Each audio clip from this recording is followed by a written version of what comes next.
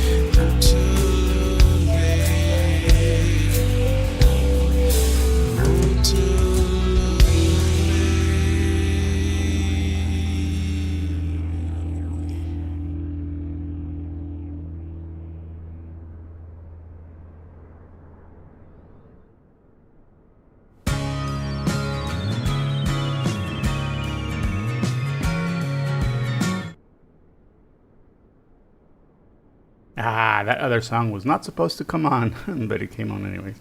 Good morning, everybody. Hello. Welcome to another streaming Sunday, flying Sunday. I got my t-shirt on that says I want to fly, and I'm here ready to fly. Let's see. I think they got a thing with me. Yeah. Hello. How are ya? Mr. Egan. Check it out. Airplane mode is on this morning, so we're gonna get ready to fly. Got my coffee, And I got my simulator loaded up. And today we are flying around the desert. This, what you see here on the screen, is the Colorado River.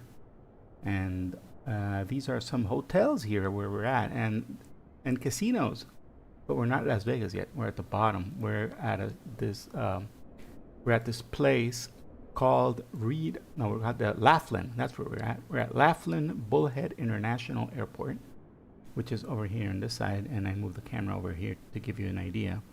And all of this, the city of Laughlin is very small. It's very tiny, but it's got casinos. It's got a bunch of casinos here, and I think it was made in the 1960s, and it was supposed to be like the main casino and entertainment and thing right here, just south on the southern part of the Colorado River. And it goes down all the way over there to another place called Bullhead City. So Bullhead City and Laughlin both share this airport, which is a pretty big international airport right here in the smack dab on the other side of this.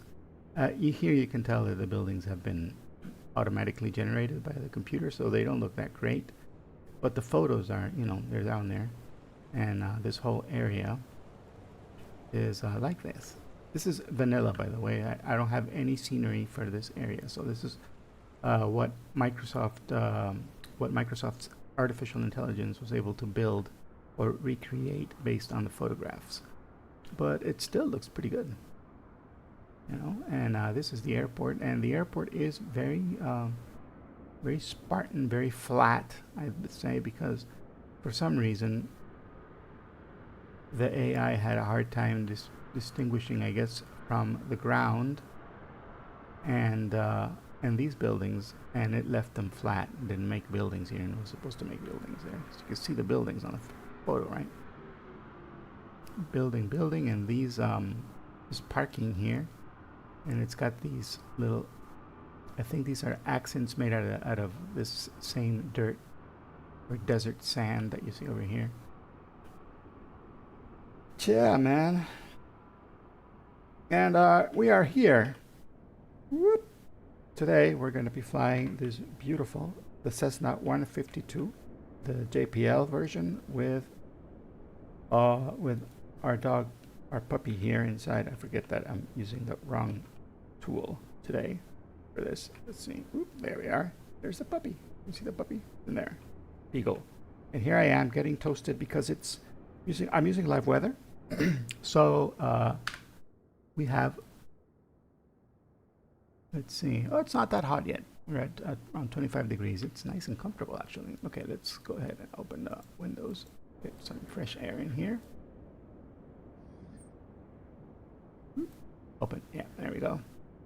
And if you want to come and fly along with me, you can. All you have to do is fire up Microsoft Flight Simulator and load into KIFP. Remember to put all traffic on, and I am on the East USA server, so you can come and fly with me. And to make things interesting, because today I want to make it really, really interesting, I am going to take away the GPS and give me just, I want the autopilot, yes. I don't want the GNS, that one. Give me distance measuring equipment, yes. And ADF, I probably don't need that, so we'll take that away. Well, we have a transponder, the Bendix transponder. Yeah, we do. We have it here. Well, I do want the EGT. And we're set. We could take off the EGT too if you want, and just leave a clock there. This helps me to do a better way of doing the mixture, so I'm going to leave that on. But Alex, check it out. We're here. We have 6.8 quarts and engine health is 99, so we're good. I'm going to put state saving enabled. Thank you. I'll show our co-pilot because we want to see the puppy, right? Yeah, the puppy's right there. Ain't that nice? Awesome. Let's see, and engine's not covered, left chocks not on, right chocks are not on, the pitot cover is not on, and the trim tab is there. Perfect. And Copilot does not weigh that much, so we're going to take my Copilot today is going to weigh, I'm going to say, what? How much do you think a beagle like this one will weigh? Around 30 pounds, maybe a little more, 40 pounds. It's one heavy puppy, 35 pounds. There we go. That's a good weight for a puppy, I think. I've never had a beagle. I've only had Shih Tzus, and they weigh only like 14 pounds, so I'm thinking this guy will weigh 40. All right, 40. There we go. So welcome to November 52 Mike Romeo Echo. Today we're gonna go ahead and connect to Pilot. No, we're connected over on VATSIM today too. So if you want to come in, and if you're flying X-plane or something else, and you want me to see you, fire up VATSIM, and I'll be able to see you, even if you're in a different simulator. So yeah. My morning coffee is a must. So why are we flying with these suckers instead of having the beautiful screen? Because number one, this is cheap, and number two, we're flying this VFR, so I don't want to use any GPS at all. We're only using charts today, and on the charts, I am not going to be able to see myself today because I took that away on a Navigraph so that I don't see myself or where my plane is. And I'm just going to have to pretty much navigate with the instruments and visually. But the first part of the flight that we're doing is going to be so easy to do anyways without the need for any kind of navigation aid. Because all we have to do is follow the Colorado River to the north. See, and then we're going to be done. That's about it. That's all we need. Let me show you what I'm talking about. We are here, KIPF. This is the Colorado River, so we're just going to follow this up, boom, till we get to this big reservoir here. And once we get here, we're going to turn to the left, and we're going to fly right over Las Vegas. See, easy peasy, lemon squeezy. Anybody can do this. And the only thing we're going to have to be worried about is the airplane itself and flying it in very hot weather and in the middle of the desert. So that's about it. All right. I do wish I could see what that was called. Let me get that. Let me get a map here going, map.google.com, because the Google Maps tell me a little bit more about everything that is around us. And Chihuahua, no, where am I? Not Chihuahua. Colorado, where it went too much to the north. Las Vegas, here we are.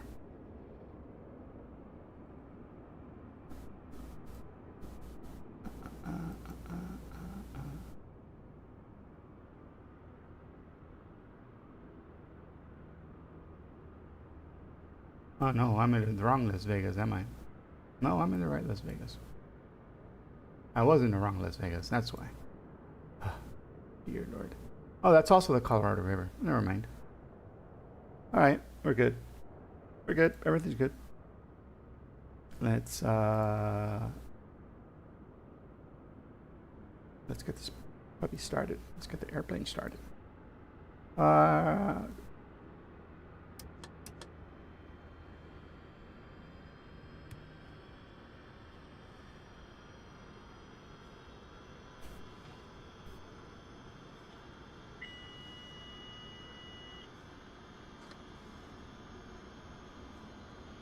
We do not have a gas pump. Oh, let's see what the weather is. The weather outside at KIPF is the pressure is 2988. So we'll set that here. 2988. And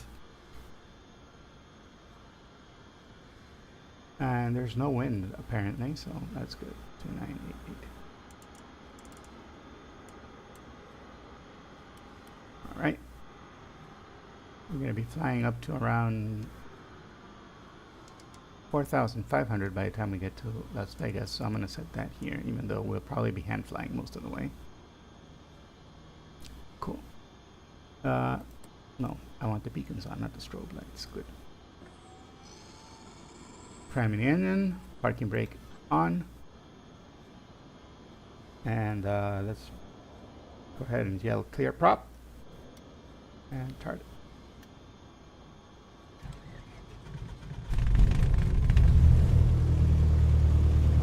There you go. It is on. Cool. Let's turn our radios on.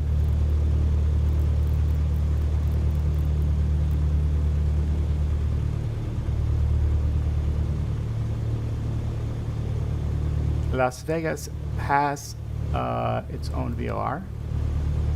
So I'm going to tune into that one. It's 116.9.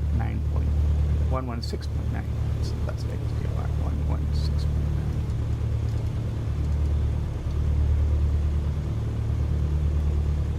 Ooh, check it out. Did you see it? Is it on? I don't know. I can't see if it's on or not. We'll see as we get closer. It should start showing up. Right now, we're too low to the ground, probably. I'm going to lean just a little bit.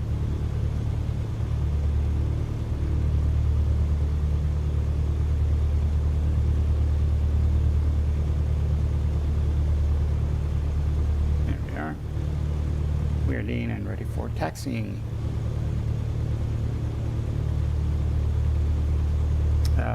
We should be, yeah, we are squawking VFR. Cool. And let me just check to see that the audio for VATSIM is coming out in the correct place. And to do that, I can check by setting 122.8 and 122.8 on here too.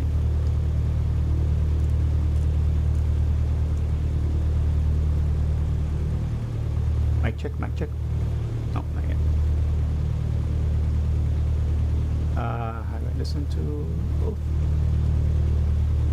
Mic check, mic check, mic check. Yeah, I can hear myself. Okay, cool. We're good. We're all set, guys.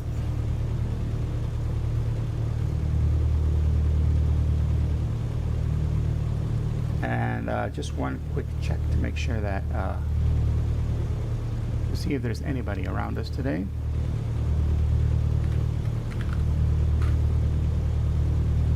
Hello, how are you, Fan Beluga 2? Welcome on in.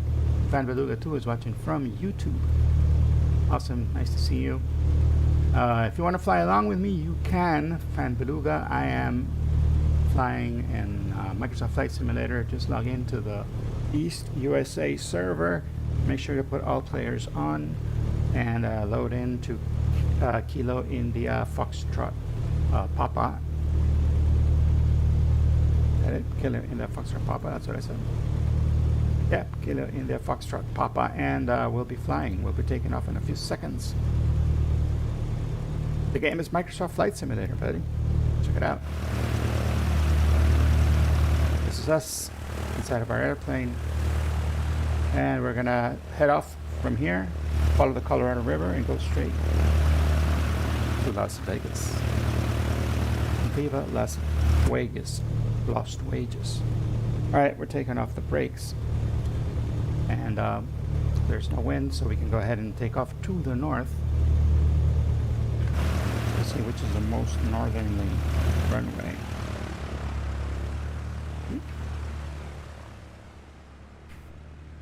Using my drone here to cheat a little bit. Okay, we're going to take off runway 34.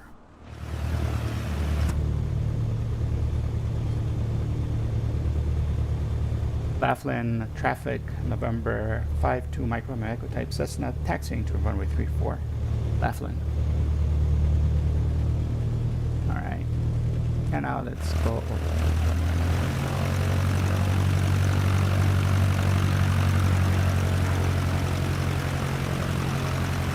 Oh, look, a breakdancing plane.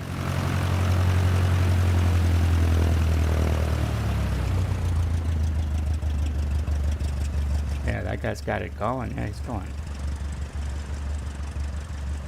Doing great, dude.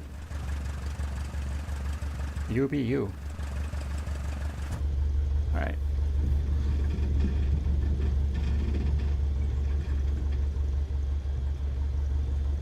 And here we are. Laughlin.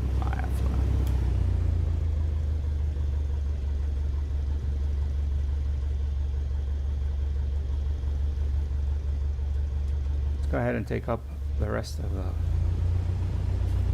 the runway. Still taxiway here. Runway is to our right.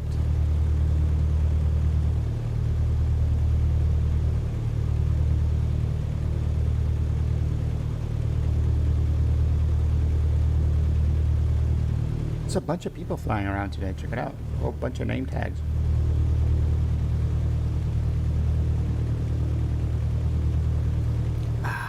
That is great. I have a little surprise for you guys later on. Because who doesn't like surprises, right? Everybody likes surprises.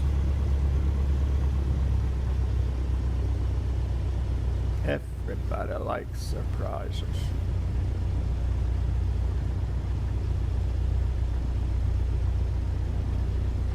I started the stream today with a song from my band. My band's name is El Gran Escape, or The Great Escape, and in Spanish, right? And we recorded a couple of songs, and you can listen to them on Spotify.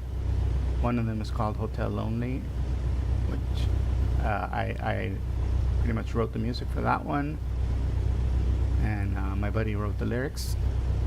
And then we have another song called Real People Need Love, Not War, and guess what that one's about. And that one I did not write anything, I just played on that one. I play keyboards, so yeah. But I started the stream today with that song, the Hotel Lonely song.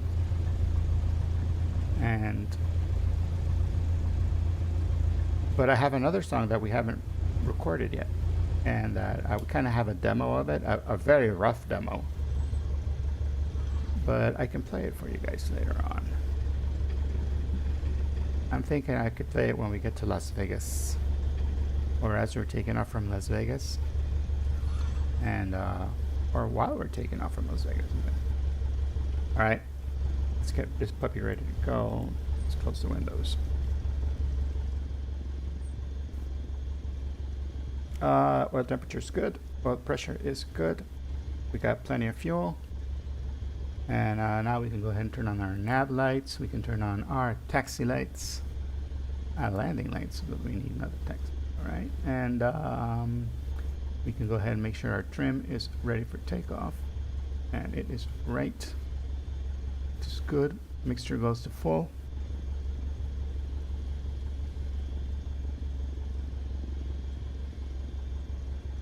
Make sure that our puppy has, we don't have shoulder harnesses on this airplane, so it's an old airplane, so sorry puppy.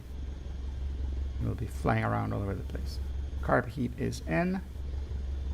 I'm thinking we could probably take off without the need for the flaps, but we're going to put the first initial flaps in there, and we're going to take off.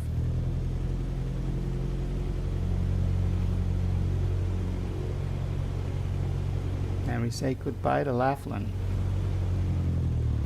Laughlin, you've been a laugh, but it's time for us to leave. Laughlin International Traffic, November 52 Mike Romeo Echo, taking off runway 34, departure to the north, Laughlin. All right.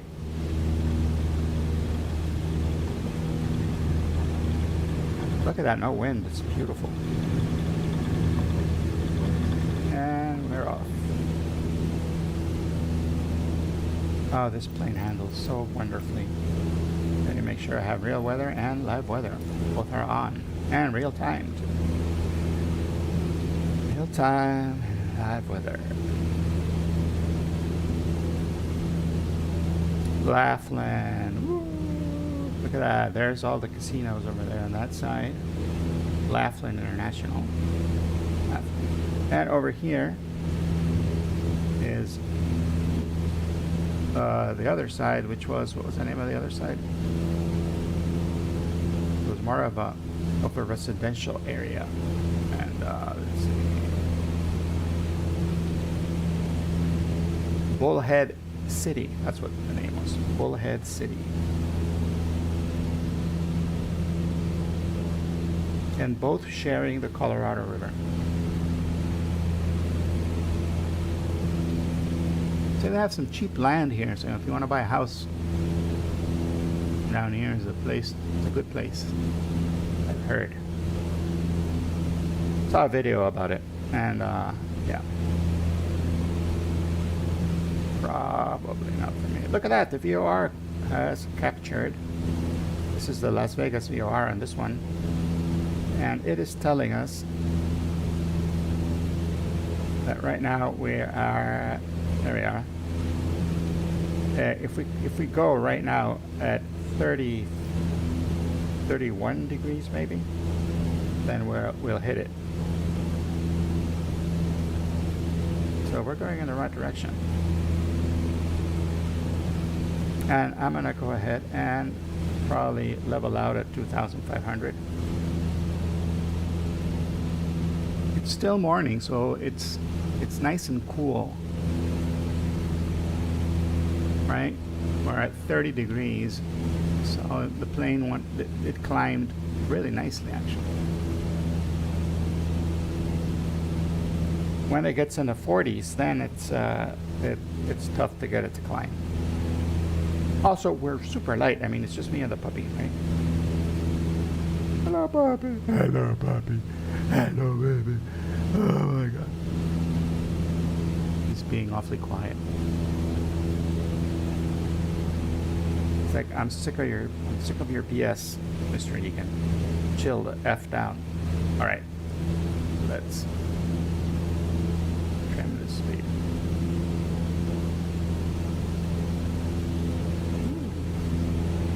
A little bit of wind pushing us upward. All right, there we go. And there we go. We're going down Colorado. Cool. Now I'm gonna lower our RPMs because we were redlining. That's not good for the engine.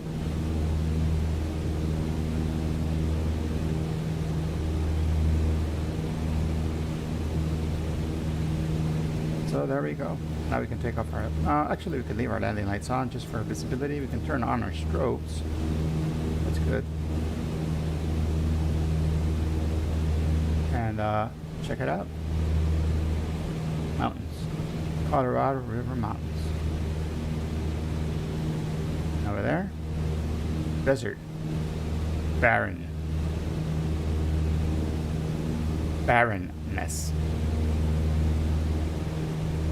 Hey, hello, if you're just coming in and watching the game, welcome. We're flying from Laughlin International up the Colorado River, and we're doing this completely visual, and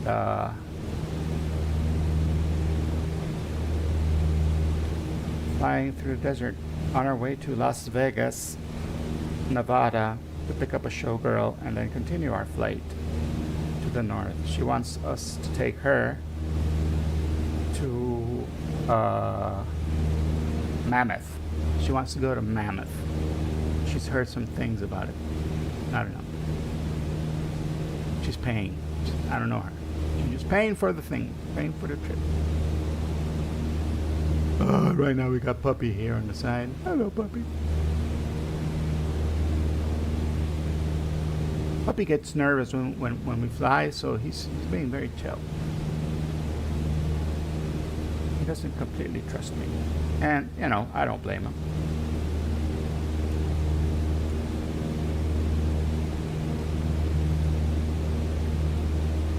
Don't blame him. 2,500. And what I'm going to do now is cheat a little bit.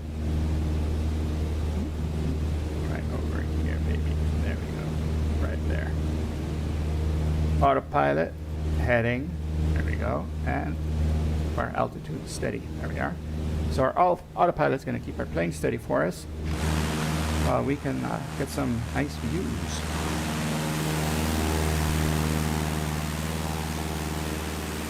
Isn't that nice? Wow, man. Some power lines over here that you can see. That's an add-on that gets the information about where the power lines are supposed to be, and it draws them in for you so that it gives you a more realistic picture, right?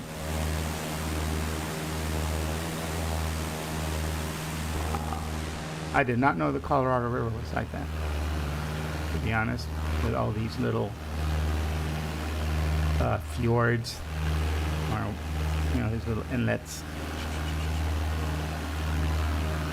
That is freaking awesome. And we're gonna do the patented, this is patented, Sim Caesar fly along technique. And I'm doing it because I think it's freaking awesome that you can do this in Microsoft Flight Simulator.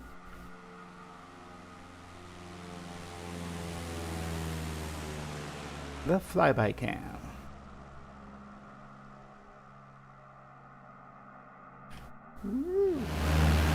They are.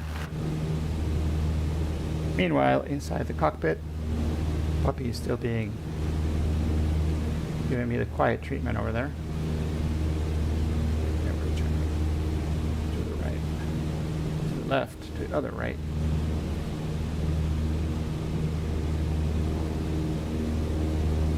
Check it out, the needle is moving. The needle is moving. That means that we have to fly 30 degrees over those mountains to go straight to Las Vegas, but we're not going straight to Las Vegas. We're gonna go to the end here, and then once we get to the big part of the Colorado River again, then we're gonna turn. So basically, we're gonna turn when it's more to the west. Las Vegas will be pretty much directly west of us. So I'm gonna do this. There. So when the needle gets to here to the center, that's when we're gonna turn, and we're gonna turn till we're here on the west. Isn't that cool? A little bit of a navigational aid here for us. Now, here's another thing. I'm flying with failures and realism turned on, and I don't want to ditch the plane. So, which side of the river do you think gives us the best opportunity to land this puppy and not kill ourselves? Because that's the side of the river we want to be in. None of them look friendly, to be honest. Both sides look like they're gonna kill us.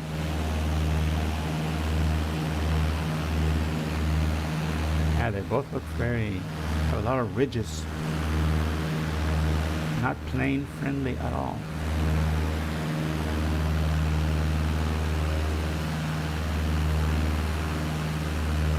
What do you guys think? We'll probably be better off if we land in the water.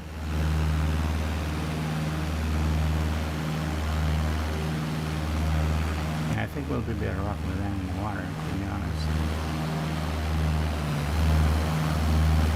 Let me see the map.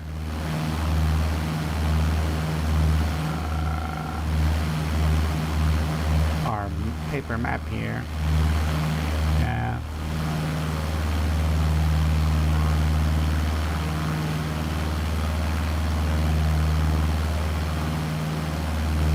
You know what? I'm making an executive decision, and I'm going to go ahead and I'm going to stick to the right side. So let's go ahead and stick to the right.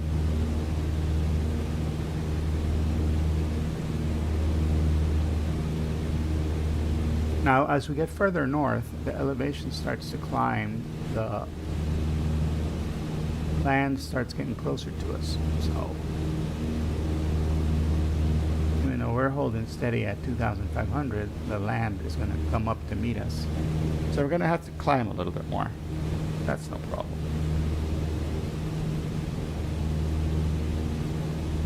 We're already in the air. Climbing should not be an issue.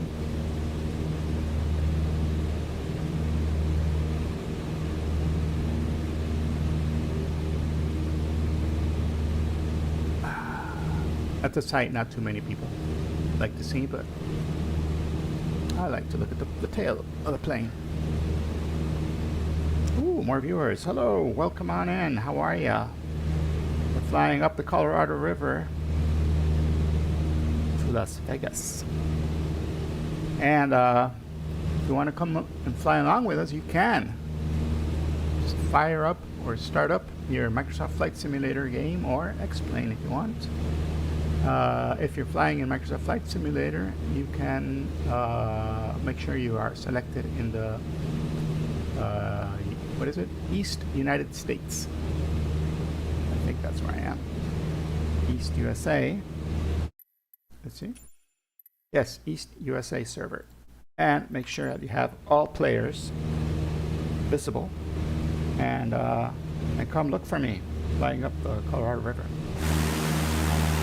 I think you can spawn like right here next to us. You don't have to actually catch up to us. You can spawn in the air, that's okay. Ooh, check it out. We made the shoreline, but I don't want to fly over the desert. I want to fly over the waters.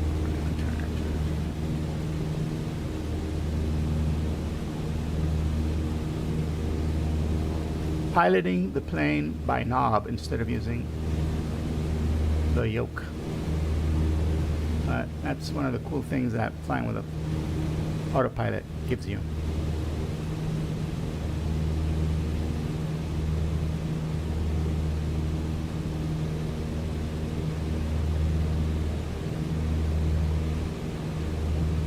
It is really stable right now. The wind, there's no wind, so our plane is just having a blast. It's a beautiful morning to fly, actually, if you were here in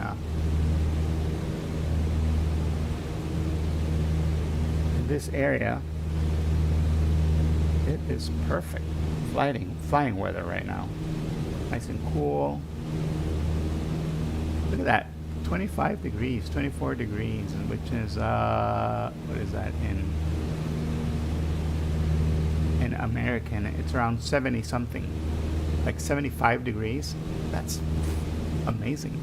It's beautiful, delicious weather.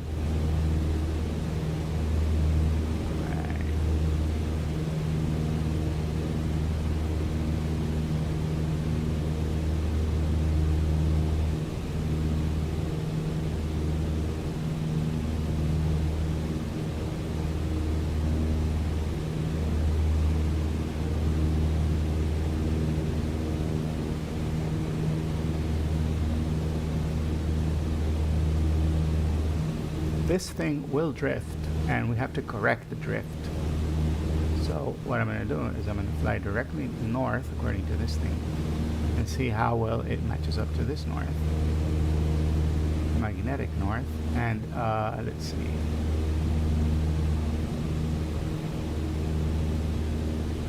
uh, 000 north. Oh, north is perfect. North is spot on. So let's see, north. Look at that. Yeah, we're pretty good. We're right on the money. So yeah, no need to adjust. This is right now, well, set well. Steady, and we're heading due north. They match. Let's put that in there. I like to take it off because then I can see these switches on here. But once when we're in the air, there's no need.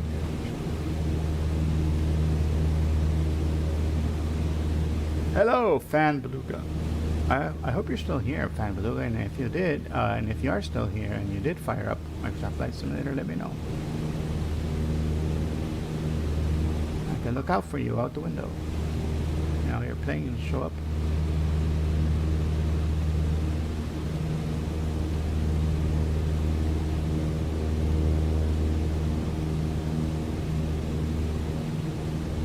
Okay, now we're getting to the skinny part of the river.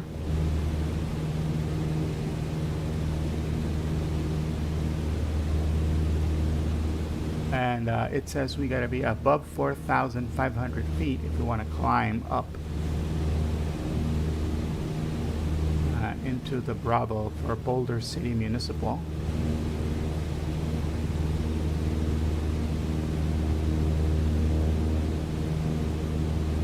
I think that's the approved way to go up into Las Vegas, because that's got the little line here, the little VFR lines that you're supposed to follow, like the paths that you're supposed to follow. So let's go ahead and climb to 4,500 and we'll go over those mountains. And we'll get there. Let's see. That should be around...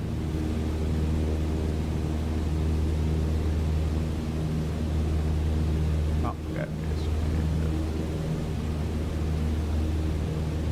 30 degrees.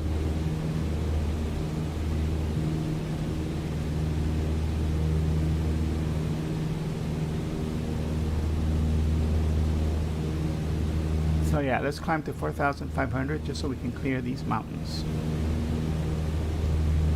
Above 4,500 in Sentinel, we'll see. Altitude, I want you to change and go up. Airplane, go up.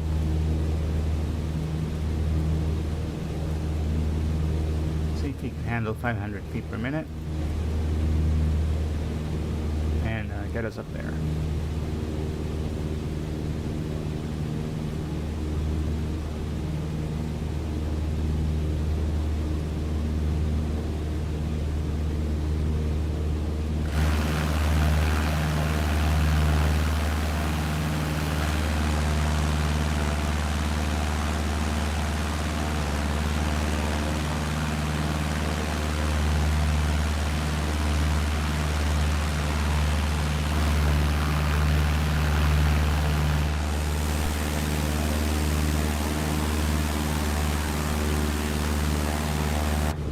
Climbing pretty well, actually.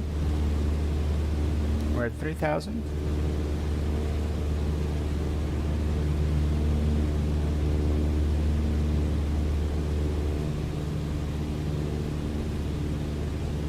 I'm gonna feel comfortable with this climb. While it's above 60 knots, I'm okay with the climb. When it gets like close to 60, then I'm gonna start getting worried, and I'm gonna turn the nose down again and let it pick up some more airspeed. As we go up higher, the temperature should go a little lower. So puppy might start getting cold.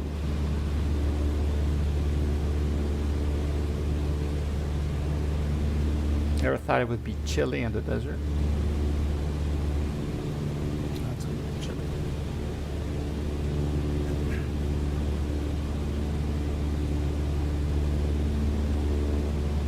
I love the drone of the engine, though. I like it. It's pretty cool.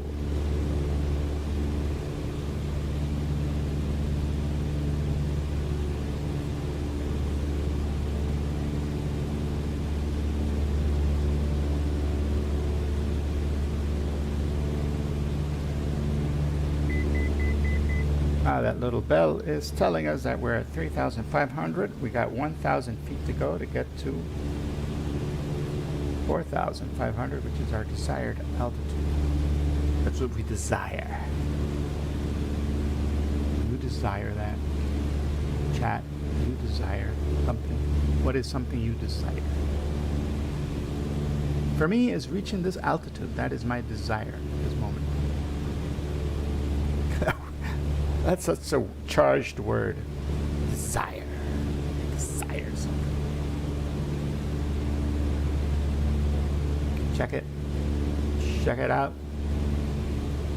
Needle's moving. 30 degrees, which seems about right.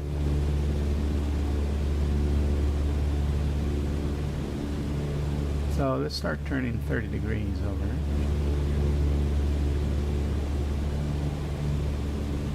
And let's catch that radial, and we should start seeing Las Vegas just over these hills over here.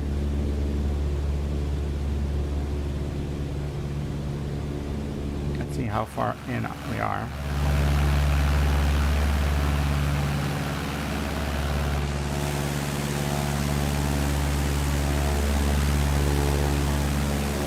This is that little bend, a little exaggerated bend, and I think we're right on the path. I think we're right on the correct path, our desired path.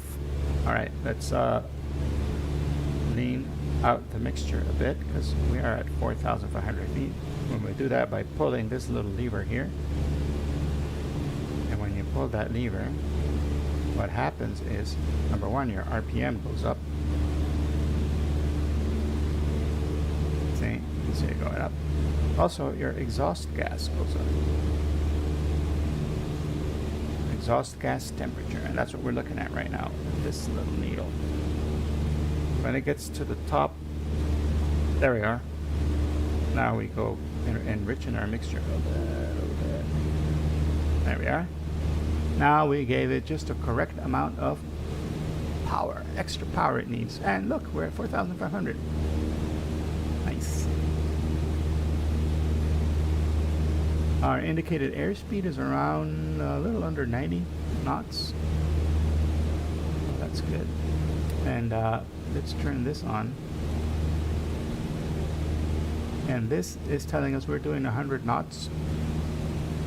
And we are only 31 miles away from this VOR that we've selected here, which is the Las Vegas International Airport VOR.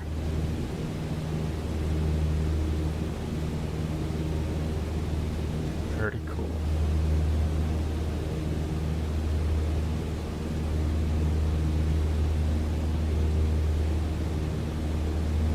Oh, look, there's another VOR here called the Boulder City VOR, and that's at 116.7. So let's turn to 116.7 over here. And that we'll see that one here, 116.7.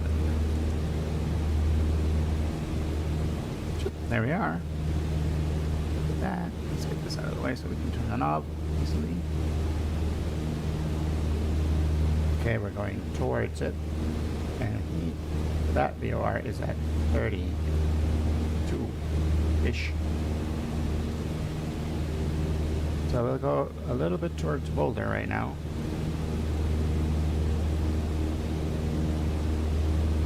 At 32-ish.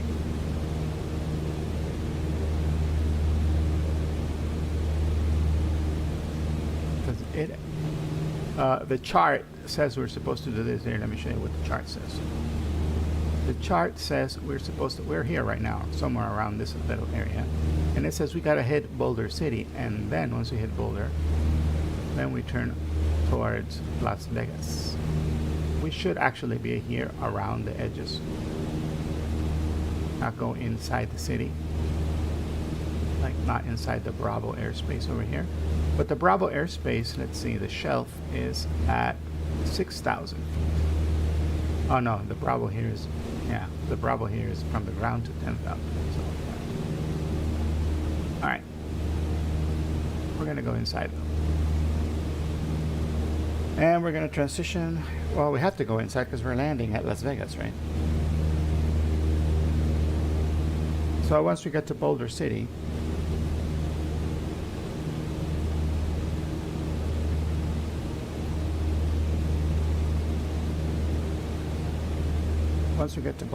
then we're going to go ahead and start heading towards Las Vegas. And you will start to see the city just show up, start populating there in that Atchit Desert in front of us.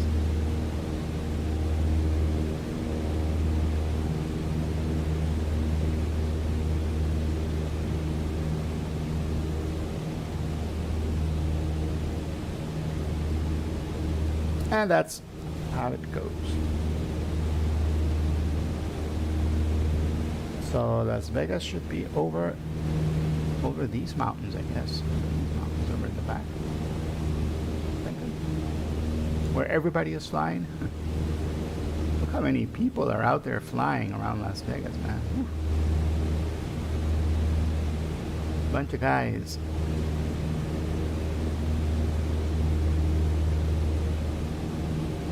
A bunch of you guys. Look.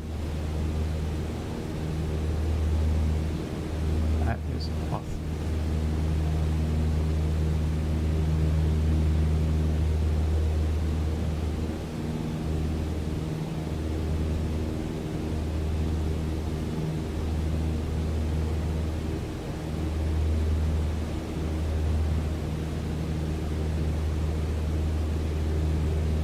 Oh, you know what? I'm thinking that if we would have kept going that way, we would have flown right over Hoover Dam.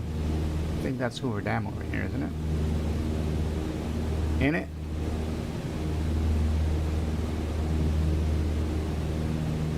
I think that's Hoover Dam.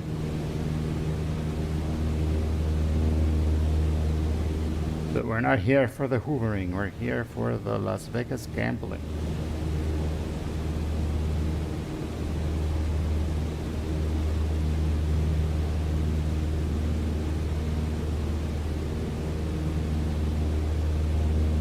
So Boulder City should be around here.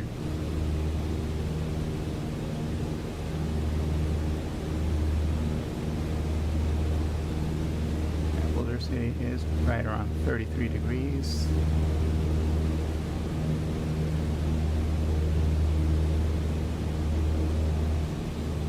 Right around here. We will start to see it.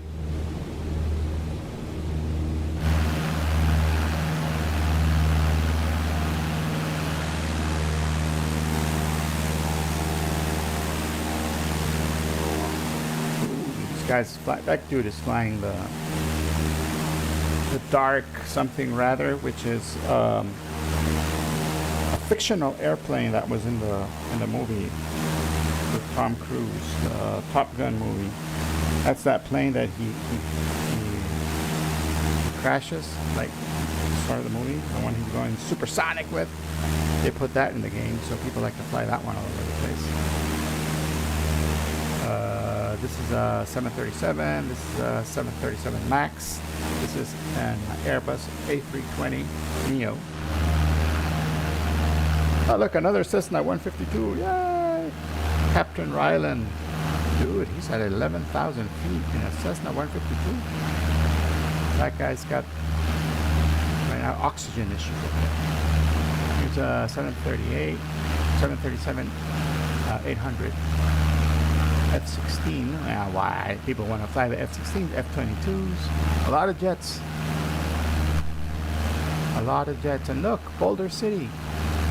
That's Boulder City right there, right ahead. Hold on a second. Be right back.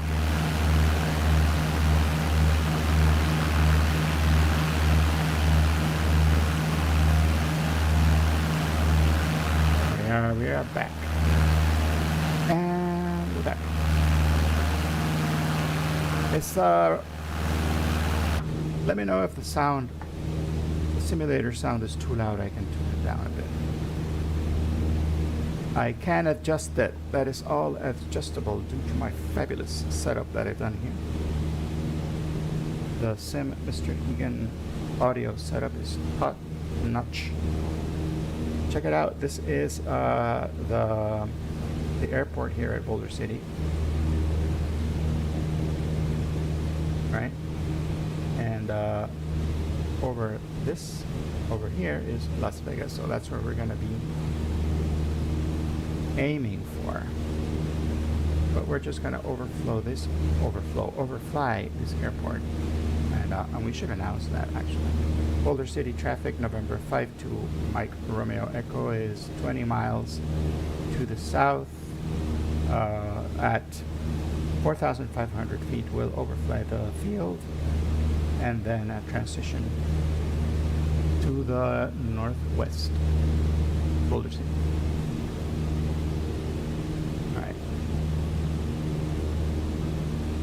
Ooh, Albuquerque Center is online, but we're at Las Vegas Center right now, I think. Let me go check my map. Let's see, where are we? Yeah, we're in Las Vegas Center territory. Albuquerque is behind us already.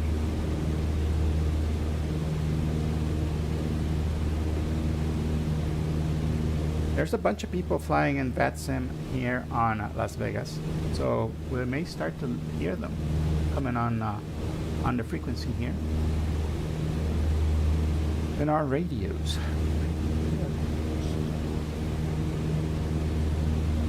We're about 18 miles away from the Boulder City VOR.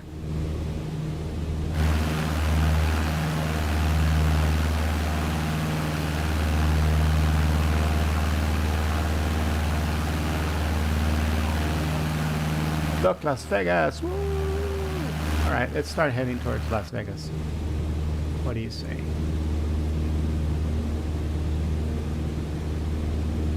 So to get to Las Vegas directly from here, we'd have to go here at around 27, 28, 28.5.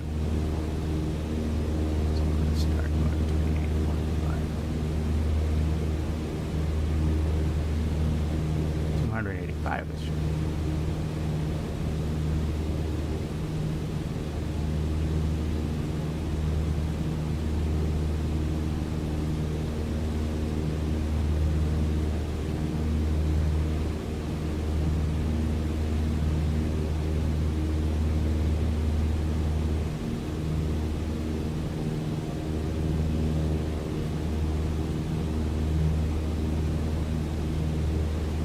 Go, Las Vegas.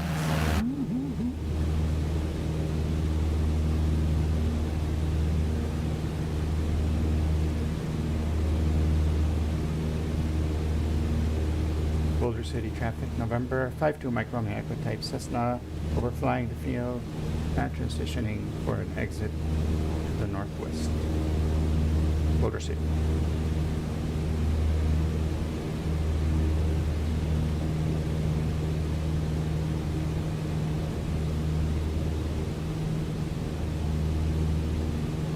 Check it out, guys. Check it out. We leave Boulder City behind, and we keep going. We keep on trucking.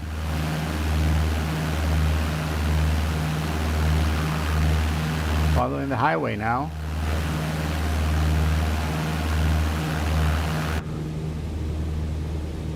Las Vegas. Now let's look at our map here. In Vegas traffic drive 710 taxi 19 right via Juliet, Vegas.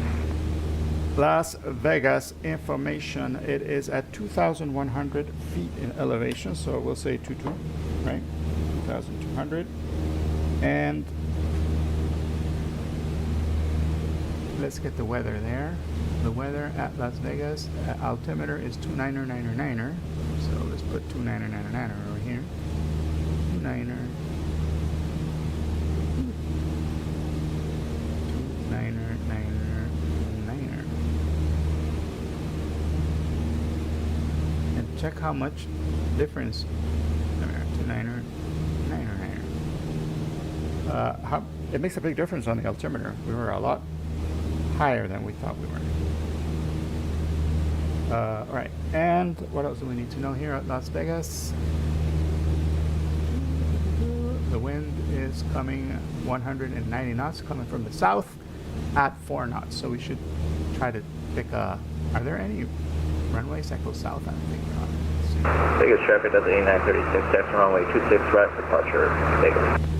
Oh, there are. There's a bunch of 19 right, 19 left. Vegas traffic drive 710, departing runway 19er right, radar to departure Vegas. So we're gonna have to go from the north to the south.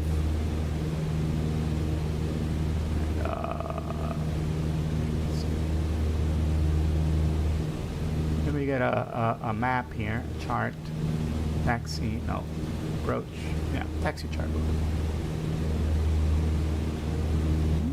There we are. Oh, check it out. Not bad. So 19er left, I'm thinking. General Aviation Customs. There we are. that's where we need to park. So 19er right it is. 19er right.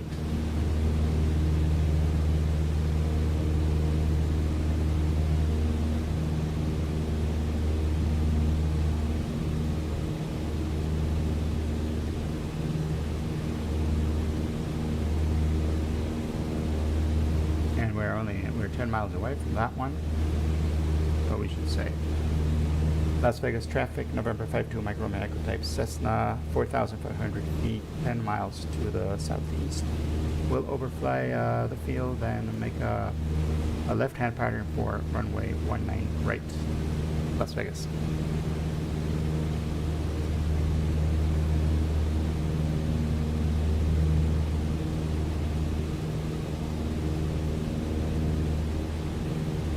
Vegas traffic drive 710, climbing through 5,500 on the radar to departure towards the west, final call, Vegas.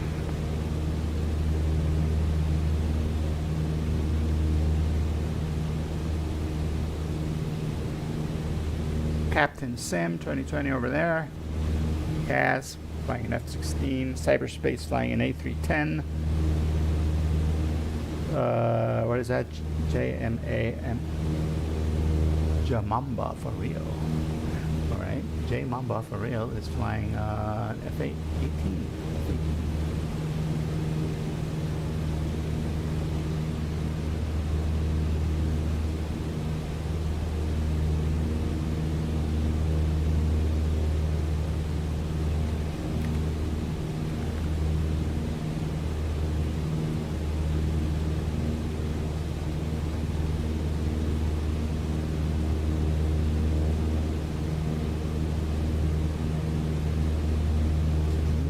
So far so good.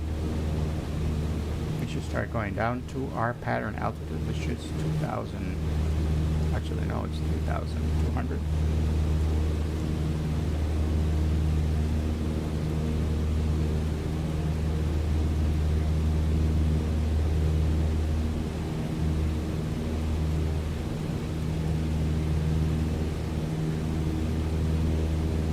There's the Las Vegas skyline.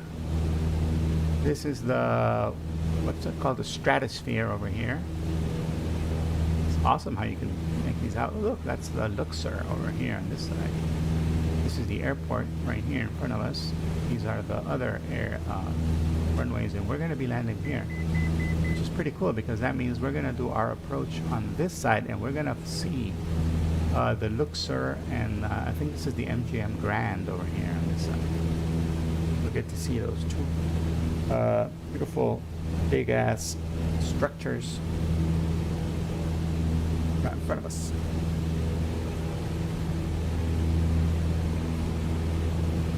Ah, I left the map up, dude. Nobody told me the map was still up. There we go. As I said, look, you can see Las Vegas. This is the stratosphere over here. These are all the other hotels. I think this is the Treasure Island or somewhere here, I'm not sure. This is the Luxor, and I think this is the MGM Grand, and which is cool because we're going to do our pattern overflying the field and then doing a right-hand pattern.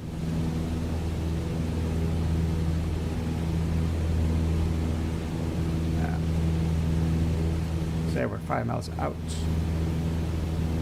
Las Vegas traffic, November 52, Mike Roman Echo type Cessna. 5 miles to the southeast, inbound to overfly the field, and we'll do our right traffic pattern for 19er right.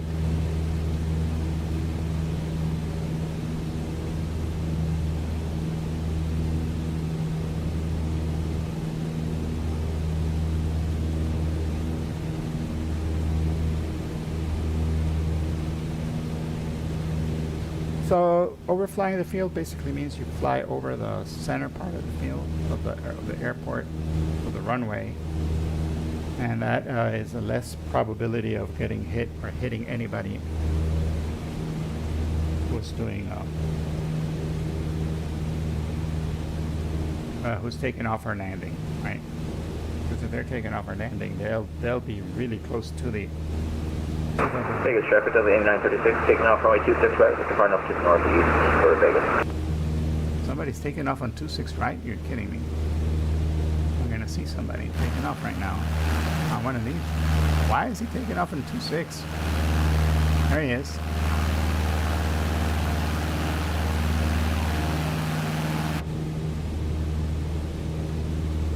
So, all right, we're going to go ahead and turn here a little bit.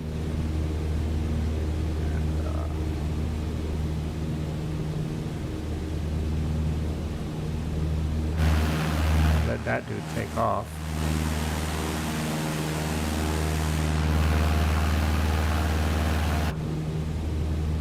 I don't want to get in his way, so we're going to do a little maneuver here. Evasive maneuvers.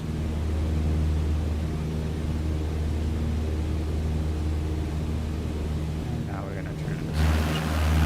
Look, the airport.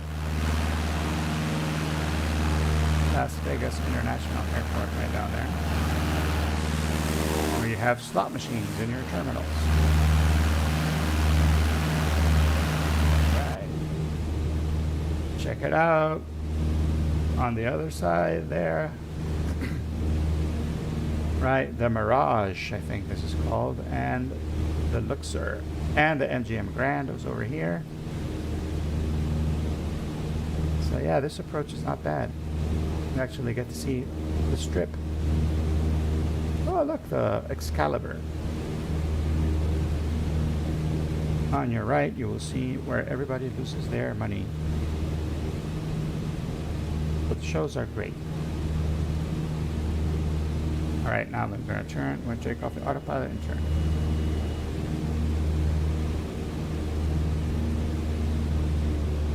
Las Vegas traffic, November 52 Mike Romeo Echo is turning downwind for runway 19 right. Las Vegas.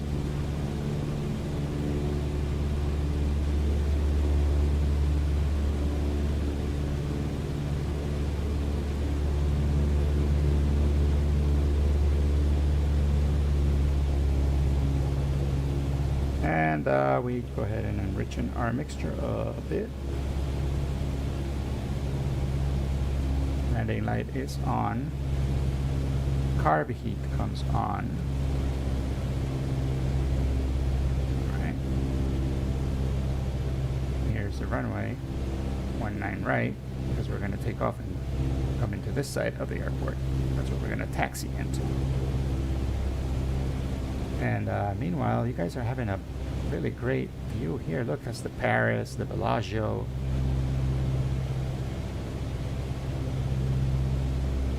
Look, the, what's it called? I forget what this was called. The Mirage? Is that the Mirage? I think that's the Mirage. Right.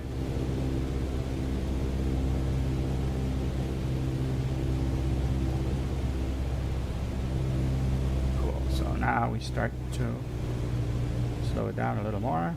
First notch flaps.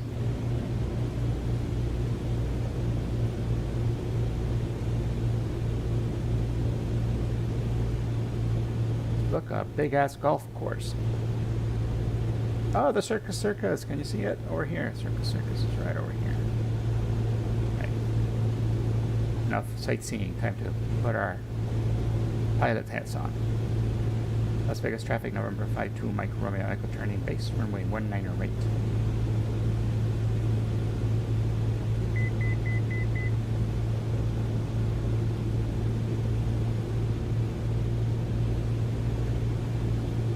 Las Vegas traffic, November 52 Mike Romeo Echo is turning final for runway 19 right, short final. Las Vegas. There we are, guys. Short final for runway 19 right.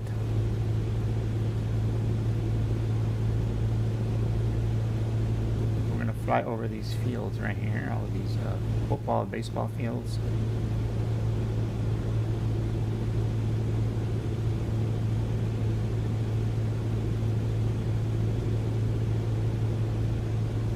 The wind is coming almost straight at us, which is awesome because that means our landing is going to be really nice.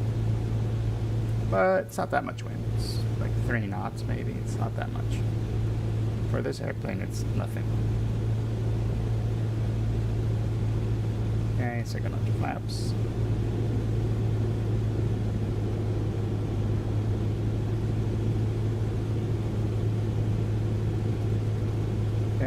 gonna try to keep it at 60 knots on the way down. We're right on the glide slope. And I'm gonna try to get out at the first taxiway. This one here, see if we can do it. On this airplane, it should be no problem also.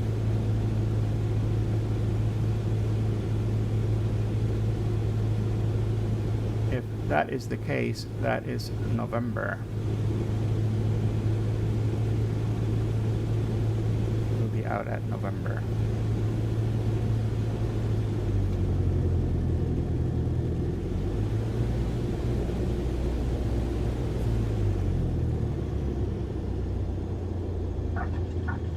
And we're down. Check it out. And I'm thinking, is that November over here? That is November.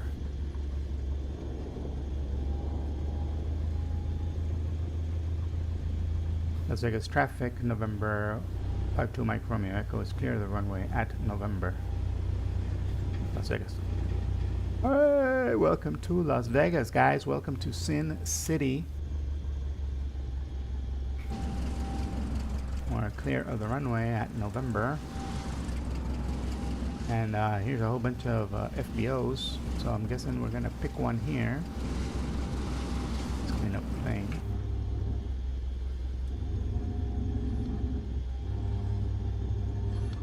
And let's go ahead and park over here.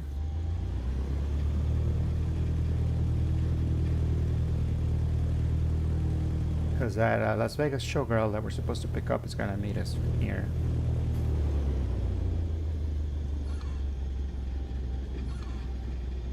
I think she said over here by the jets.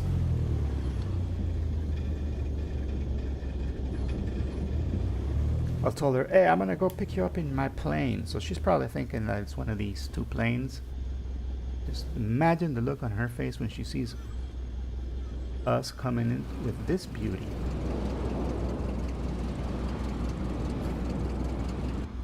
It's like, hey baby, I got my own plane. She thought like we had one of these, but we don't.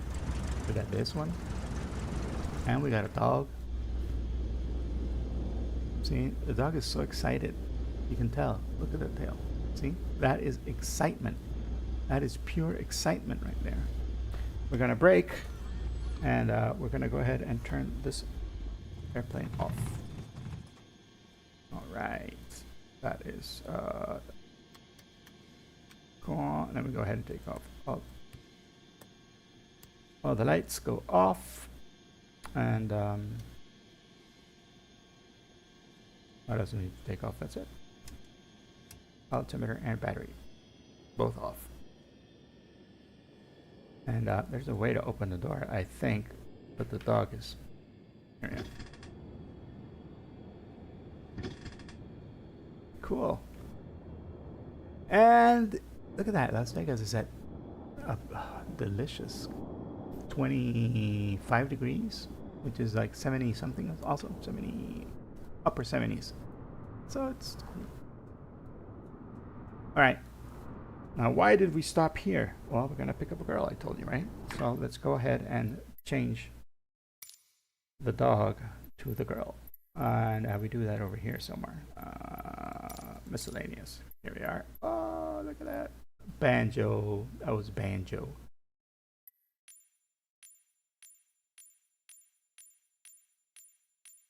I have a whole bunch of dog options that you can put. And I think there's some cats also.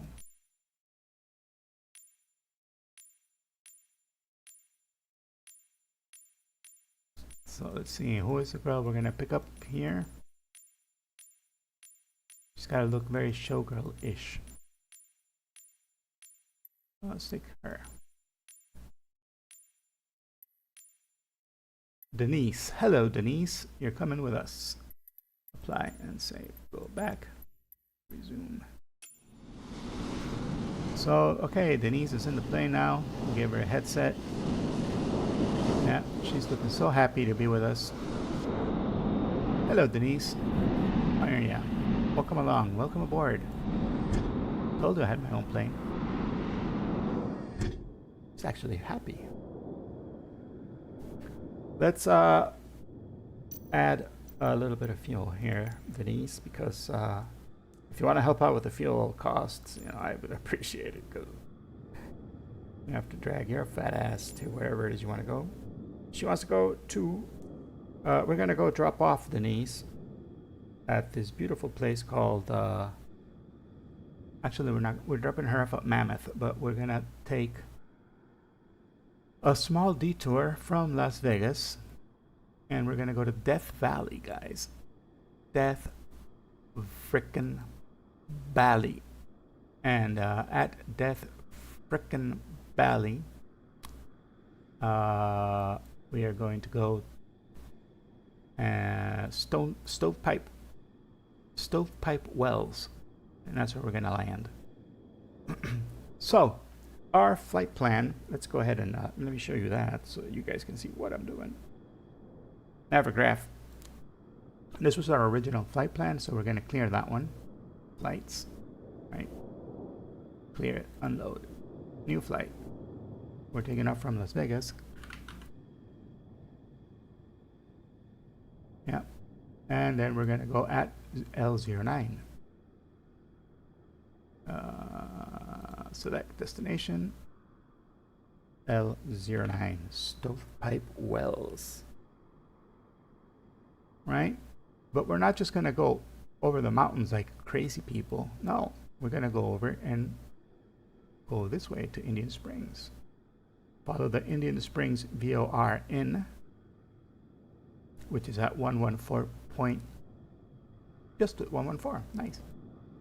114. And what we're going to do is we're going to take off Las Vegas, then we're going to go up to north. And here's another airport over here, but we're going to avoid that airport. And we're just going to go north in the city, and then over here to Indian Springs. And then once we get Indian Springs, then we're going to go ahead and turn through this valley, which is called Stewart Valley. And this is called, all of this part is called Death Valley. And we're going to fly over Death Valley. This is called Furnace Springs, I think. And Furnace is below sea level. This is like 200 feet below sea level, and this is 25 feet above sea level. So we're going to land here at Stovepipe Wells, and then we're going to go ahead and chill for a bit here at Stovepipe, and then we're going to take off from Stovepipe. Our last flight of the morning will be from Stovepipe over to Mammoth at Yosemite International. Yosemite, what is it? Yosemite Park. So yeah, that's the plan. That's the plan. That's the plan. That's the plan. Want to come along? You can. Just start up Microsoft Flight Simulator. Jump into the East US server and look for me. Okay. Also VATSIM. I'm on VATSIM, so yeah. We're gonna have a co-pilot. She's gonna be here. Do not edit from the map screen. No. Co-pilot, do not edit from map screen. I don't know what that means. So she's light, right? So she's like 130 pounds, I'm thinking, because you know she's a showgirl. And I'm at 160. I really am at 160. And okay, cool. And we got 80% fuel, so we're good. Hello, hello, hello. And she packs light. I like that she packs light. You know what? We should give her some luggage because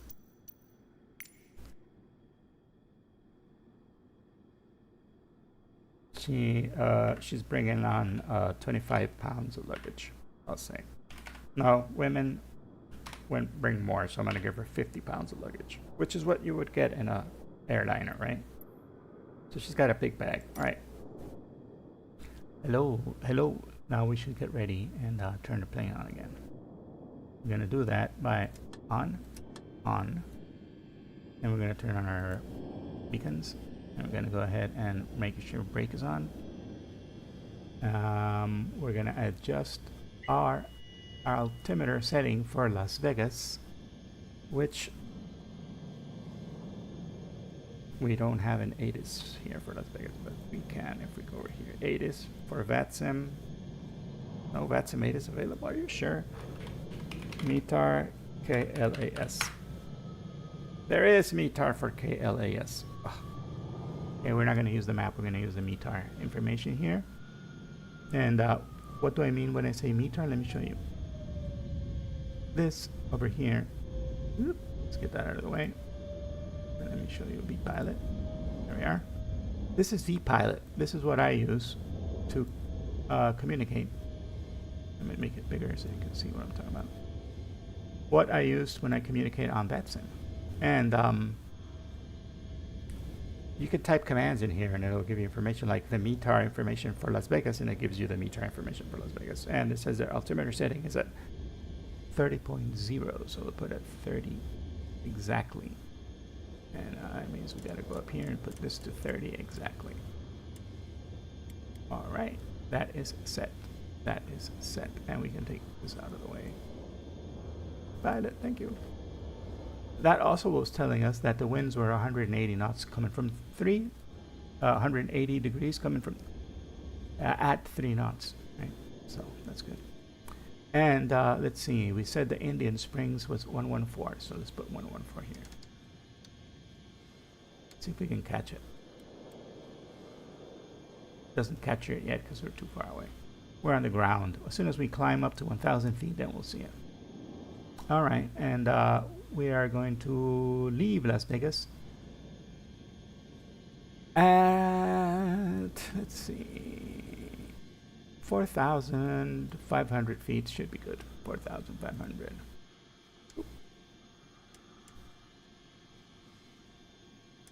4,500. There we go. And now let's turn the airplane on. Mixture full. Throttle in. This in. Carb heat goes in. Cool. And we yell. We gotta open the windows.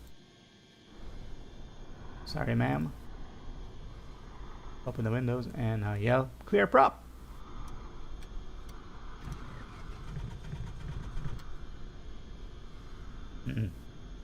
Doesn't want to start because it's probably warm. So let's go ahead and take the mixture out.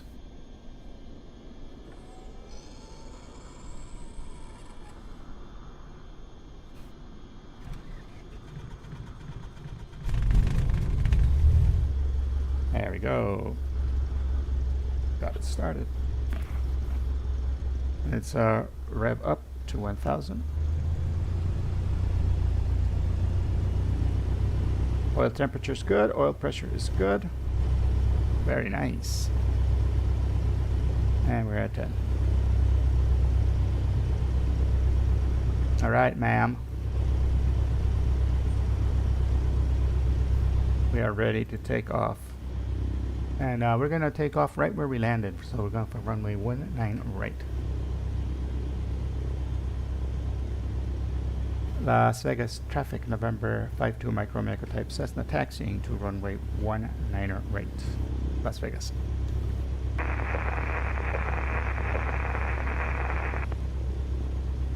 Airplane on the frequency, all we heard was static.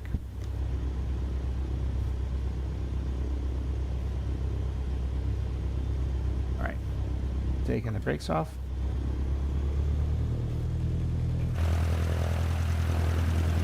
And let's go ahead and taxi over to 19 right. Ooh.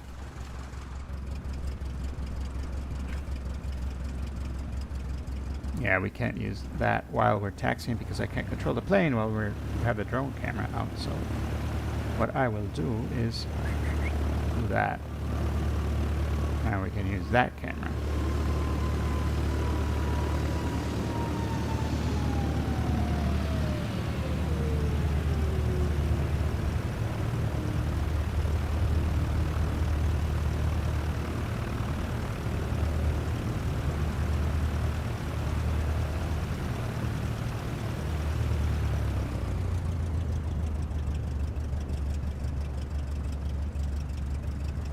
Let's go back inside the plane.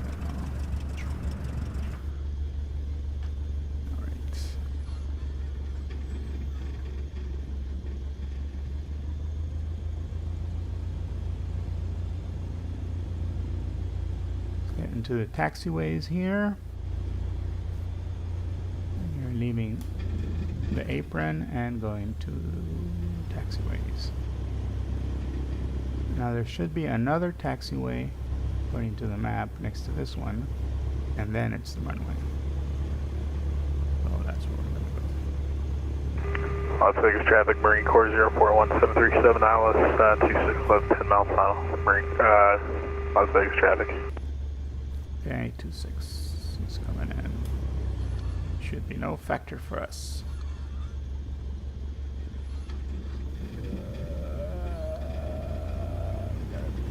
This one. 19er right is the next one.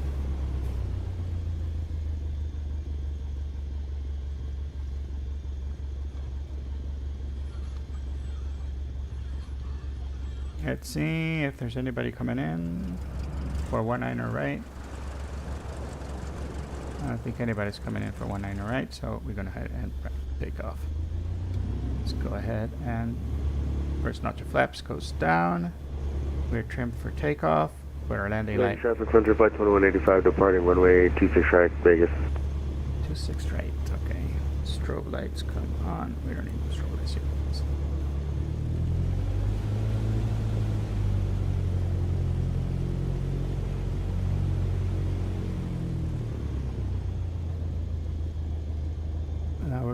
We'll wait for those guys to take off.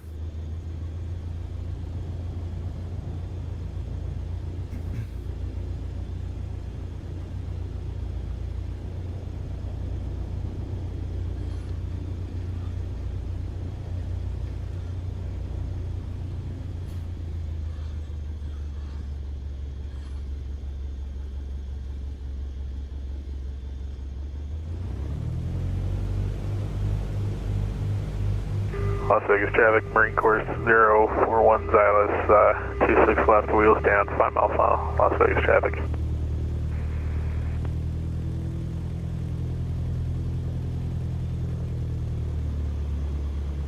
Las Vegas traffic, November 52 Mike Romeo Echo, type Cessna 152 taking off.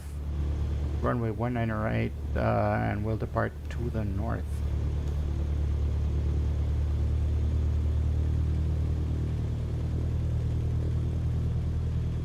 Alright.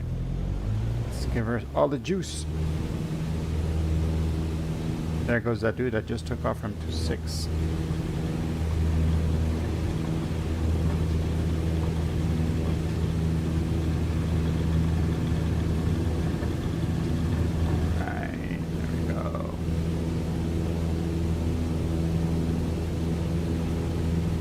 Las Vegas traffic, Marine Corps 041, short final 26 left final come. Las Vegas traffic.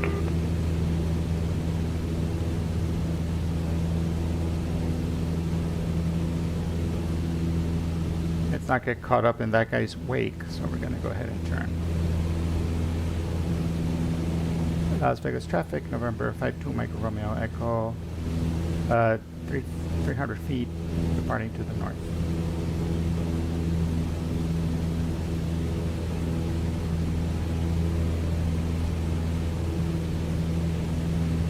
Sorry, that was 2,300 feet.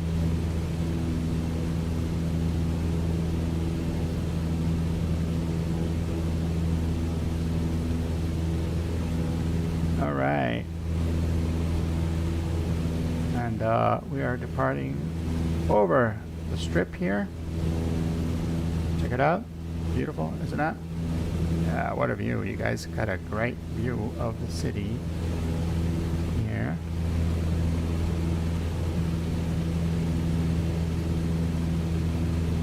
As we depart.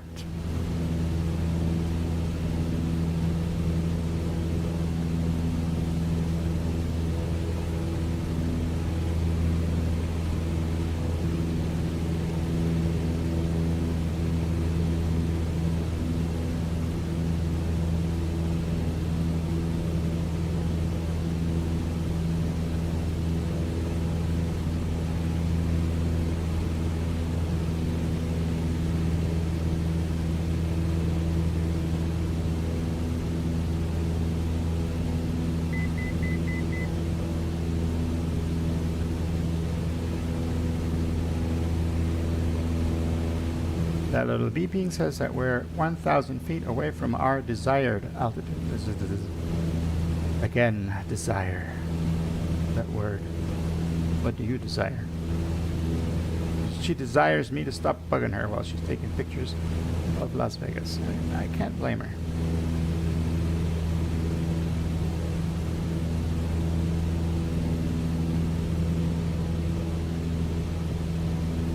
Oh, she's got the nice view. Look at my view. Oh my gosh.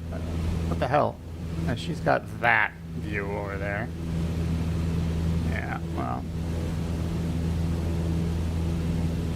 She's the one who's paying the money for me to fly her, so I'm happy. And she's happy. Las Vegas traffic, Marine Corps Airport 1, crossing 26, right, Las Vegas.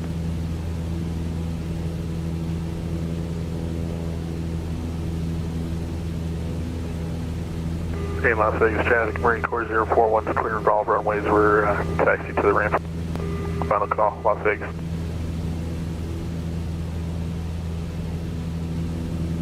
Okay, 4,500. We're going to go ahead and level out. We did not pick up the Indian Springs VOR yet, so we'll just be patient. It'll eventually come online. In the meantime, we'll keep our, because we got to go through that valley over here. This valley out here. So we'll be patient. We'll pick it up eventually. Up 4,500. Level out, level out, level out. There's a couple of mountains in the way. That's probably why we're not picking it up.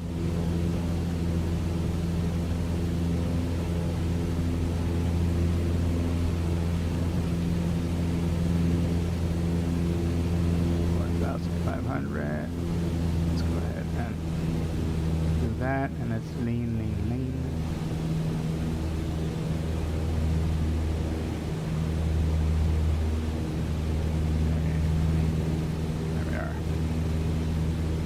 We are at a good performance right now.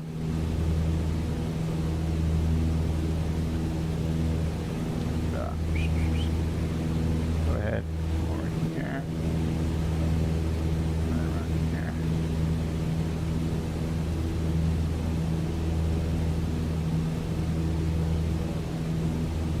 Autopilot comes on, heading on, and just hold it at 4,500.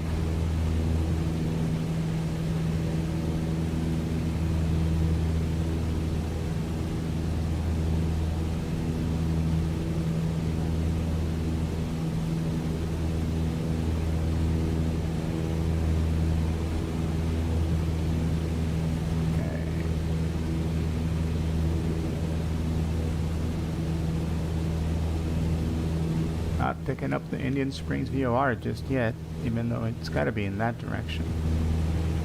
But I'm thinking all these mountains here are blocking the signal. Blocking the signal. We could use this other VOR called Nellis 135.5, so we'll use that one. 135.5. Oh, wait. That's not a VOR, is it? 135.5, we can't. Yeah, we can't get, that's not a VOR frequency. Oh, it's an Air Force base. Ugh.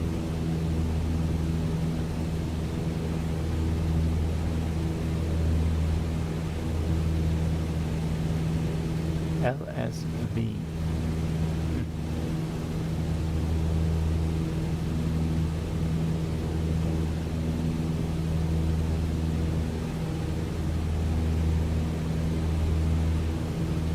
Do we have any other VORs here? No other VORs here. Close.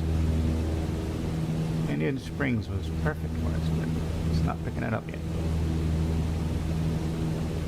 Oh well, we could do it just visually and go through the mountains and hope we'll get there eventually.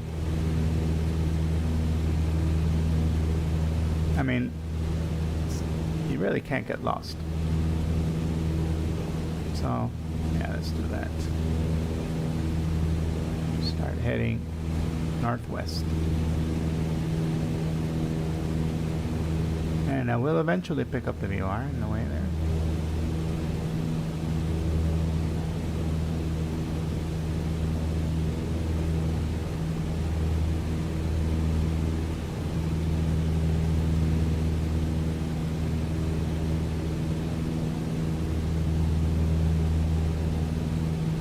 And we can use the Las Vegas VOR, which we had already, which is 116.9. So let's put that one here. 116.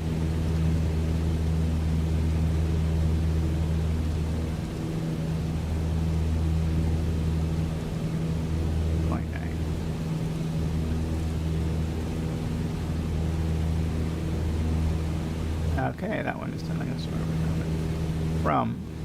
There we are. We're directly 100 and we're at 330, following the 330 radial up.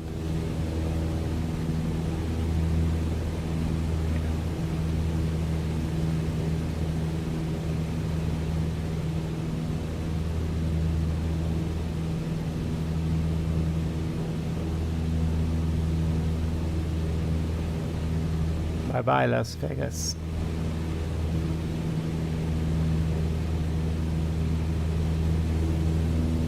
So what happened in Vegas? And did it stay in Vegas? Or did you bring anything with you? Because I think it's the law, you know, whatever happens in Vegas is supposed to stay there.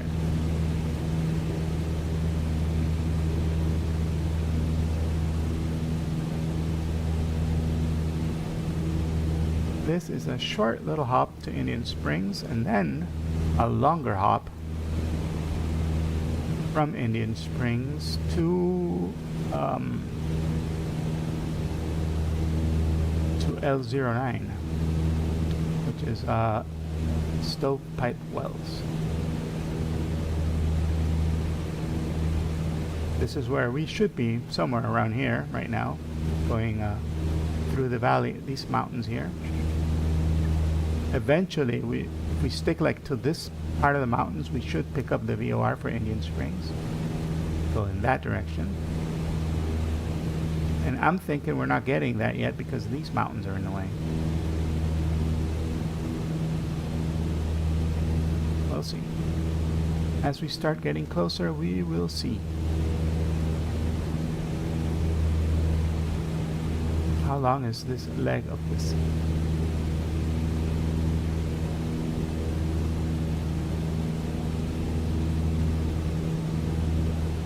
It's only 40 miles, so we should see the frickin' thing. 39 miles. It's not long. I mean, we should be able to see it.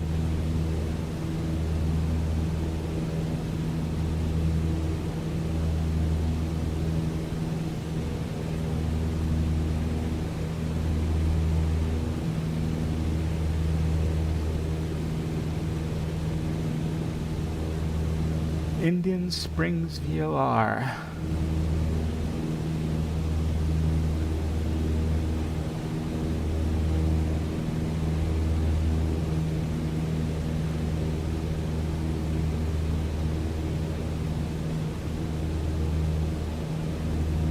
Facility is Takan and the frequency is 114 megahertz. So why can't we see it 114 megahertz?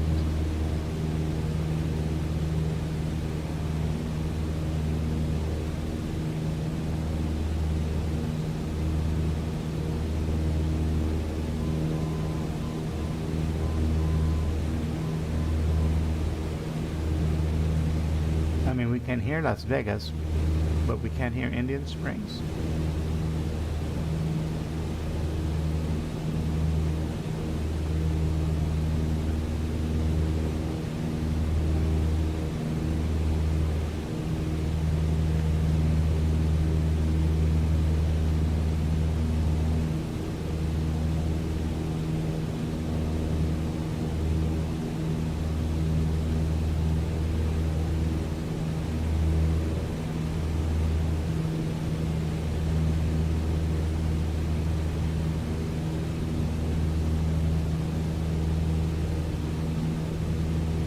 Alright, we can't see it, but it's got to be in that direction, so we're going to go ahead and hit turn.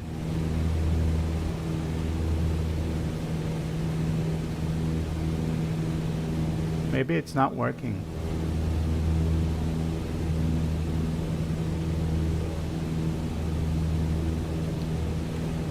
Let's look at this map and see if Indian Springs shows up here.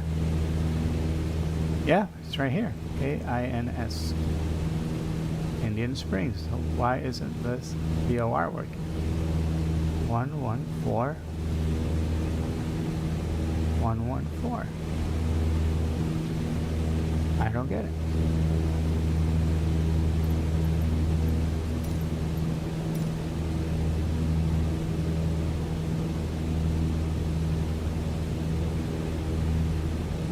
That's weird. That is just weird.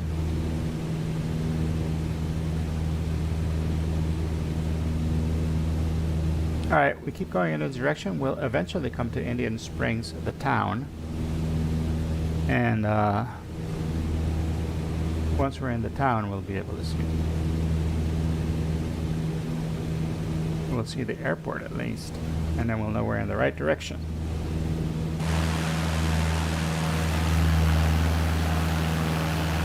Don't worry, we're not flying blind. We're flying good.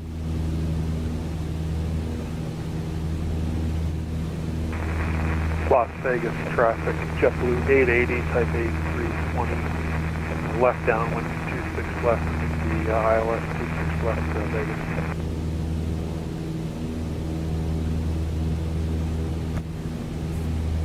At least we got the other VOR still behind us, the Las Vegas VOR, so we know we are 21 miles south.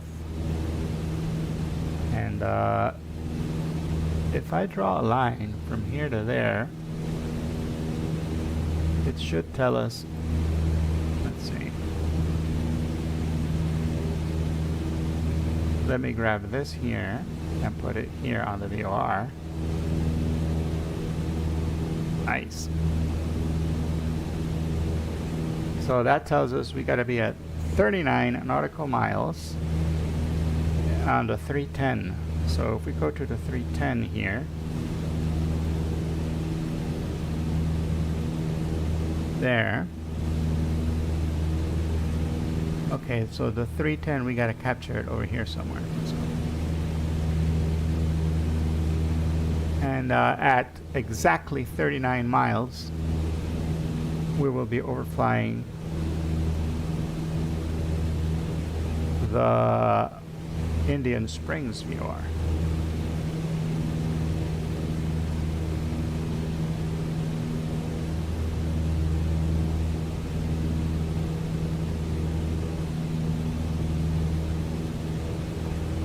Okay. So what I did is I set this is the Las Vegas VOR, and I set it to 3110, which is what Navigraph said, right? And I'm using this thing to turn our plane and going west pretty much right now, so we can capture this VOR at 310. Then we go here at 310, right here. And that is where we will be going in the correct direction. So right now we're kind of zigzagging around, zigzagging along the desert here, try to get the right. We got some really nice airspeed though, 103 knots on the ground. It's not bad.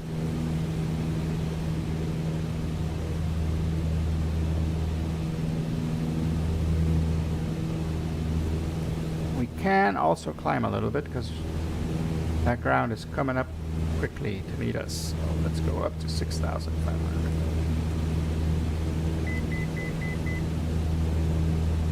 All right, altitude. It's nice slow ascent. You don't need to climb fast. You just need to climb.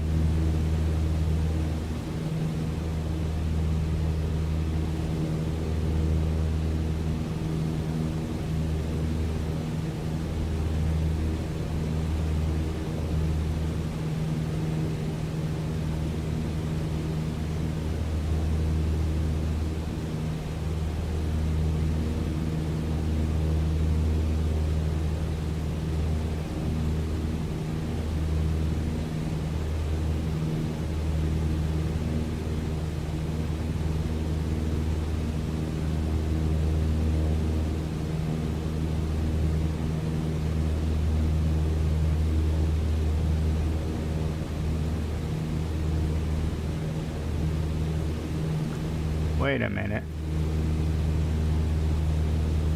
We got it. Oh. This VOR doesn't give us direction, isn't it? Yeah, it's not giving us location. It's giving us distance, though. 158. That's weird. Why is it giving us this and not giving us this?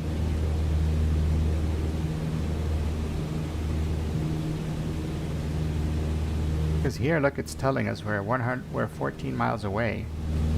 So we should start seeing it. 14 miles away.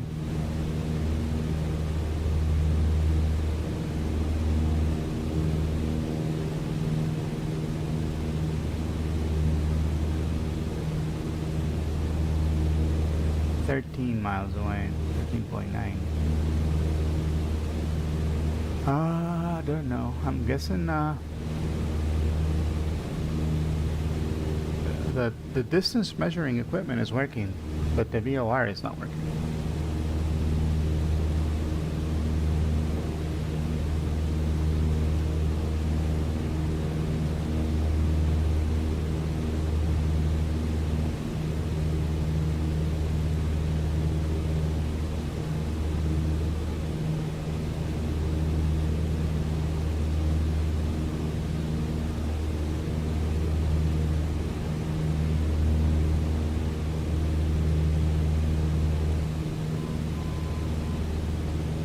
We're still hearing the other VOR, and we're capturing the slope, the radial, so we're good.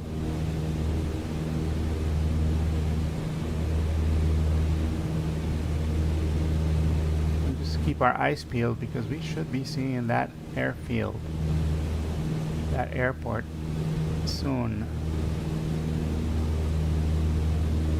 And when we see it, I'm thinking it could be here. Indian Springs.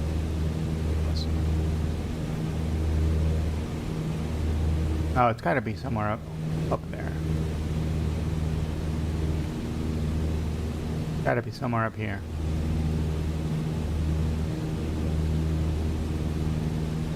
Or up here. That looks like there's something over here.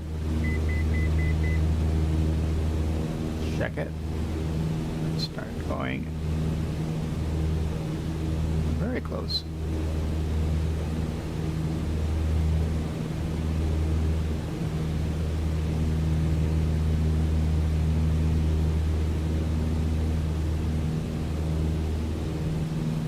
Lean a little bit more.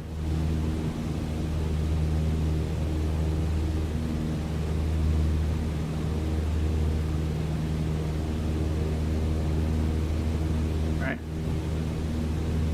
And let's capture 310.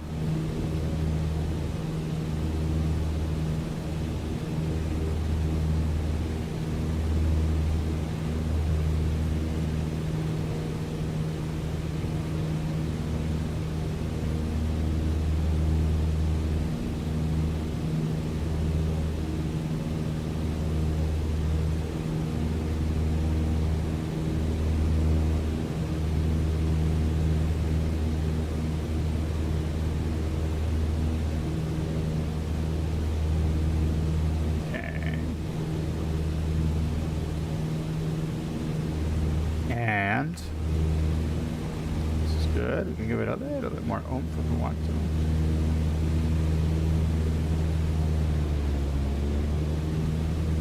That was weird. Why did the throttle want to cut out? We need to enrich our mixture a little bit more.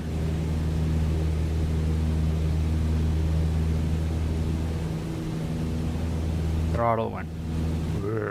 That was not nice. That was not good.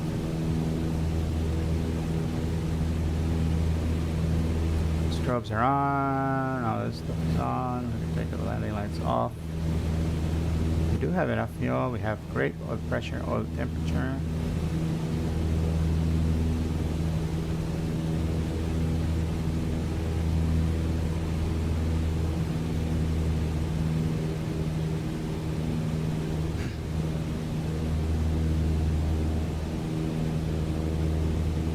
We're 7.4 miles away from the airport, so we should be seeing it.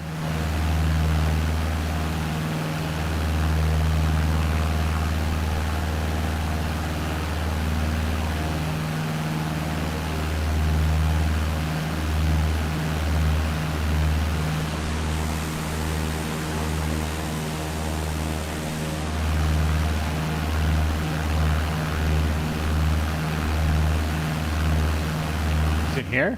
I think that's it. Yeah, that's gotta be it. There we are. That's the airport. Yay! So we are going this direction now.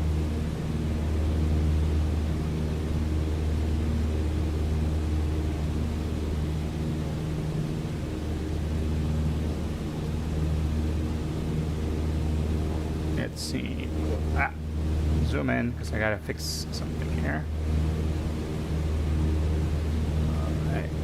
West. Right. We're going directly west. It should be right here.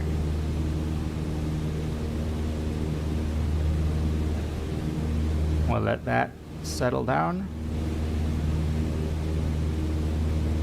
And check it out. We got drift. That's why I wasn't making a big...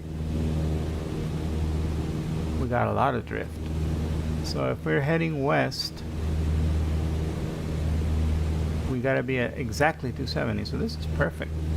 Okay, so let's go ahead and make. So if we're heading in this direction, that's west. 29, 29, 30, 29, 28, 28.5. That's where we're going. 28.5.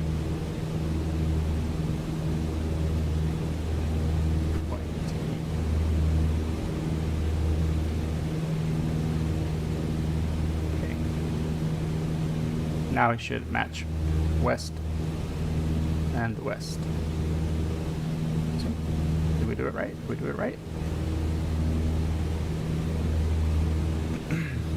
There's the Indian Springs airport right down there. And Indian Springs Air Force Base. Is that an Air Force Base? It looks like an Air Force Base. Or maybe it's just a tiny little town. Check it out. Pretty much fixed it, just a little bit more.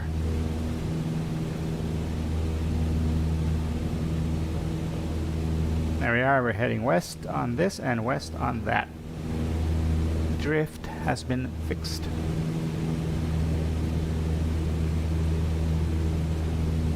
Which is great because we don't want to get lost. From here, from Indian Springs, from where we are at this moment, to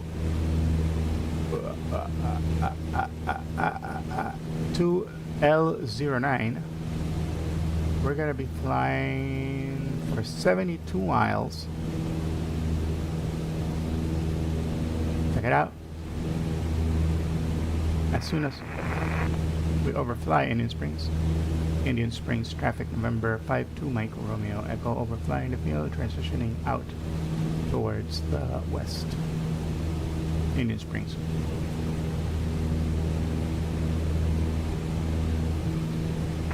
The biggest Dragon Legion 10's over Cocktail, inbound throttle at distance left.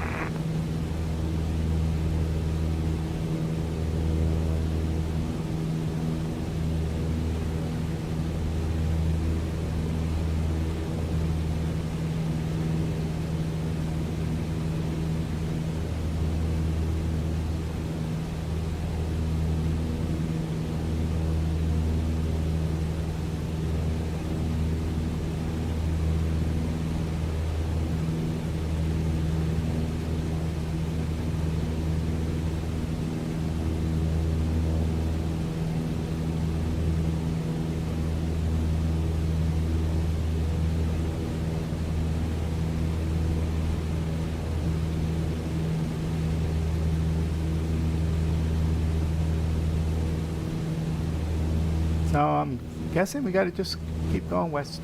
Keep going west, keep going west. Oh, look, there's another VOR here. Beatty. BD is 114.7. So let's get 114.7 here.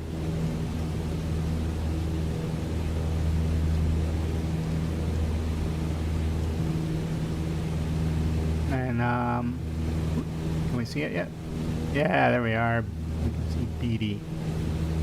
And if we're gonna get to BD,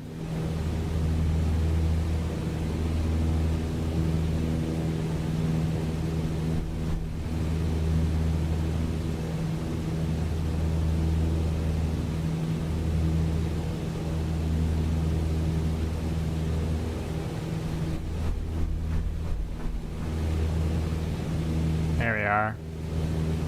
Oh, BD is almost directly west of us, too.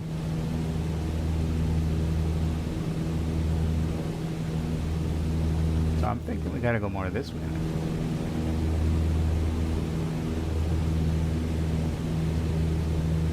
We gotta head a little bit to the south.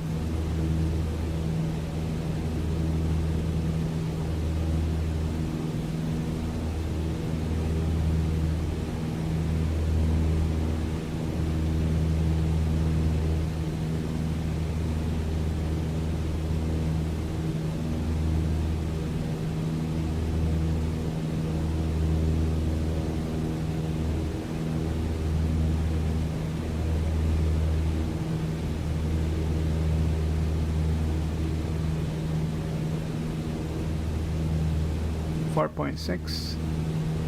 Cool.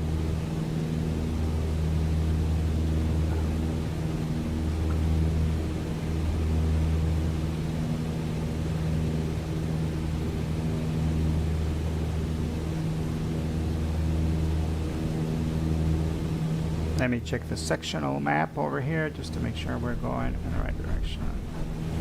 Sky vector. Skyvector.com.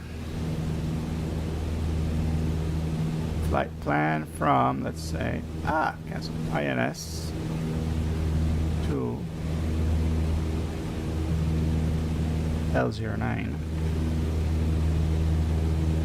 Oh, we gotta be at 260, 260, 260. We're almost there. 260.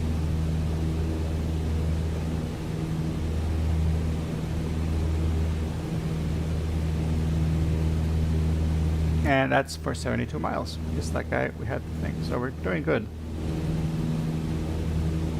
And let's see, from BD, if we draw a line from BD,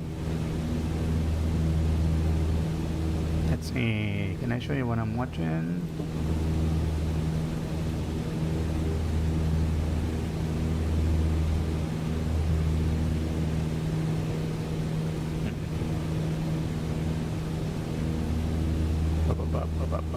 Edge, edge, edge. You see? No.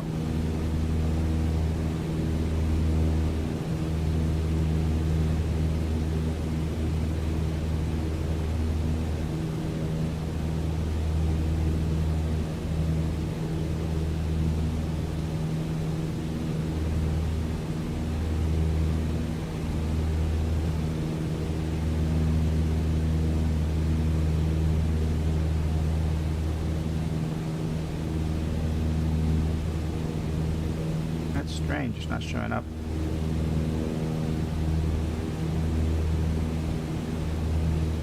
Oh, there we go. Now it's showing up. Oh. Here's what I wanted to show you. This is the BD VOR that we have set up on our nav 2, and I'm gonna set it so that when we are at 15, we'll be right here. Right.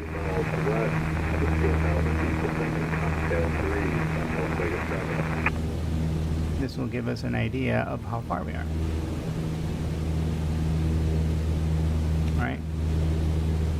Right.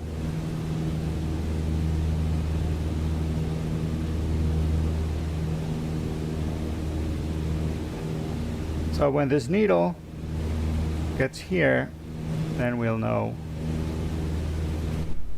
how far we are.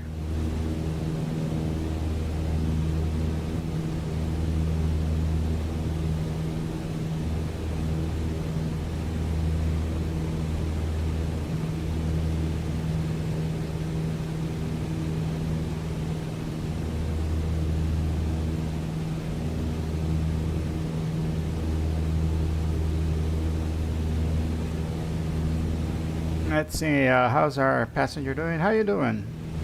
Having fun? Got a lot of pictures? Oh look, there's all the stuff she was carrying. Why was she bringing this stuff? What the hell was she bringing? This lady is taking a motor and some boxes of... What are you carrying in my airplane, lady? There's no way this weighs 50 pounds. Just saying. No way. I told her you can only bring 50 pounds, but she goes, nah, I'm gonna take a little more. 50 pounds? Wait, is that pounds or kilograms?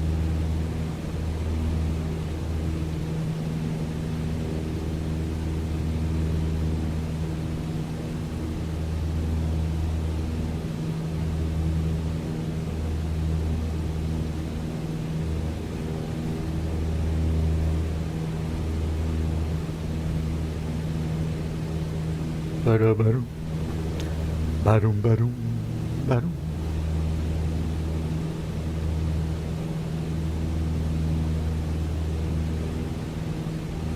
Okay, now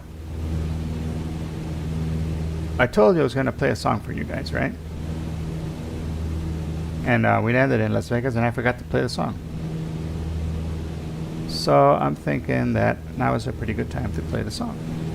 This is a song we wrote for an event, and the event was pretty cool. And this is a demo that we wrote when we were still working out the lyrics and everything, right?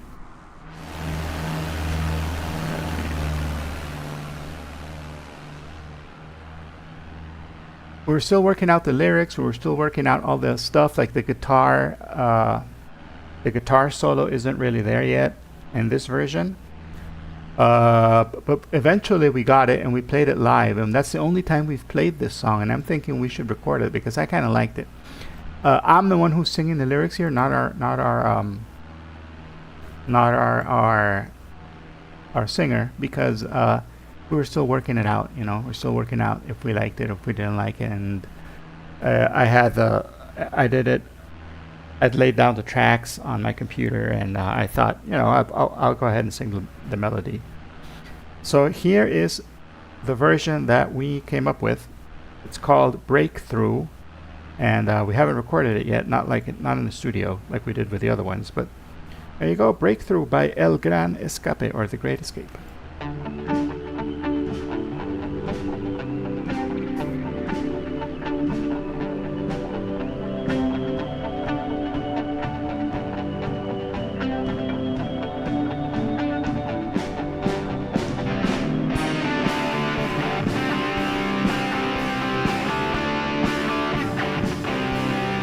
Oh, I was playing you the live version. That was not right. This is the one we did on this this is the demo.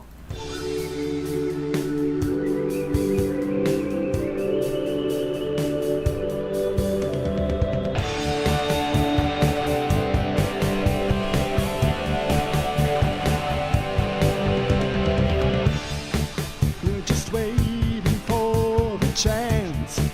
Lift your spirits in a glance. Take the world, it's up for grabs. Smell the flowers while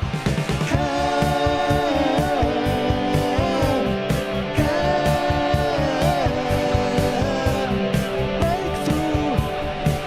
Are you ready for a breakthrough? Are you ready for it? Leave the troubles at the door. You're the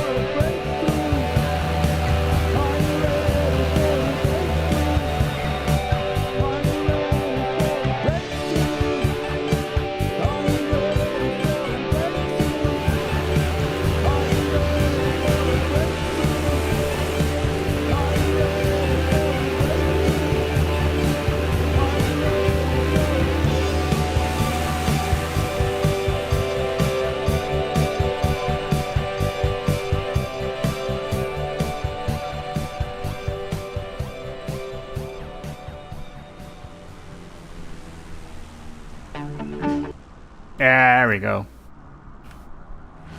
So that was a surprise. Sneak preview of the song. We never recorded it live. Well, we haven't recorded it in the studio yet. That was all. It was all like demo stuff, right? Done on our computers, and like the bass line was not played by a real bassist. That was all computer bass. The guitar is real, recorded and pieced together, because what I told the guy was like, okay, go ahead and record some solos, and he recorded like 4 different versions of a guitar solo, or 6, I don't remember. It was a bunch.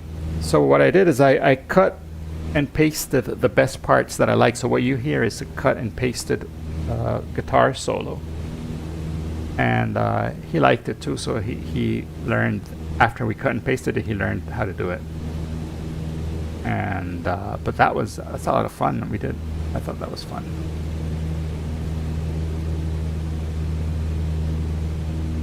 So yeah, that's Breakthrough.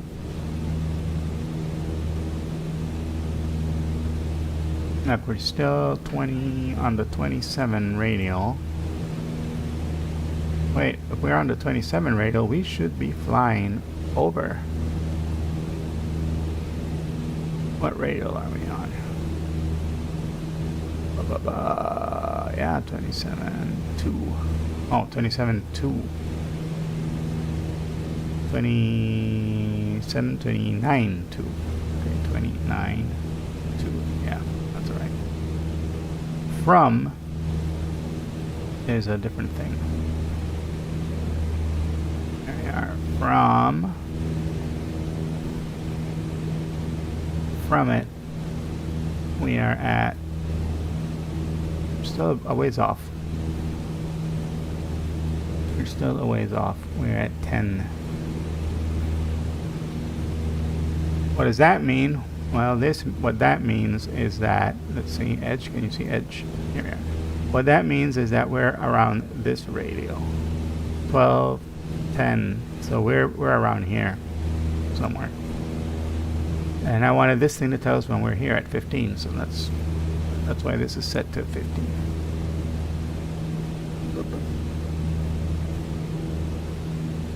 15 from, right? 15 from, there you go.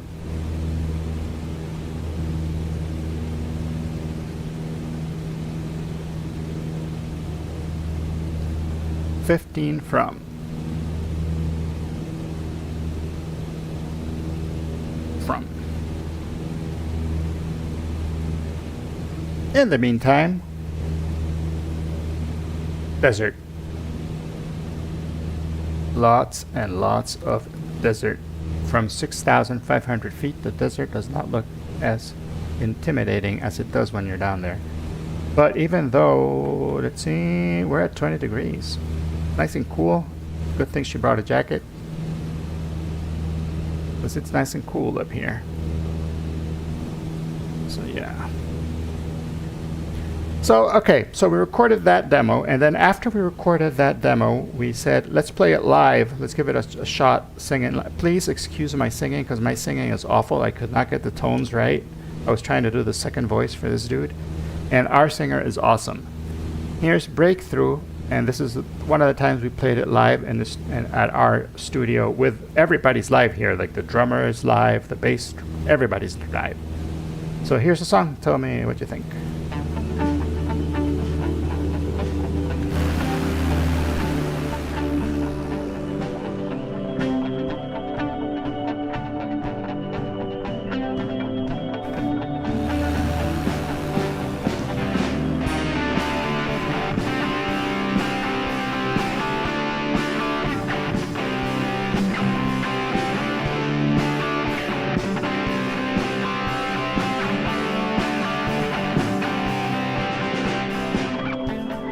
You're just waiting for a chance. Let your spirit advance to do what it's all for grabs. Smell the flowers while you can. Oh, My singing was awful. Breakthrough. Are you ready for a breakthrough? Are you ready for a breakthrough? Are you ready for a breakthrough? Leave your troubles at the door. You're the eagle in the sky. Just fly high with all your might. Don't give up, it's what the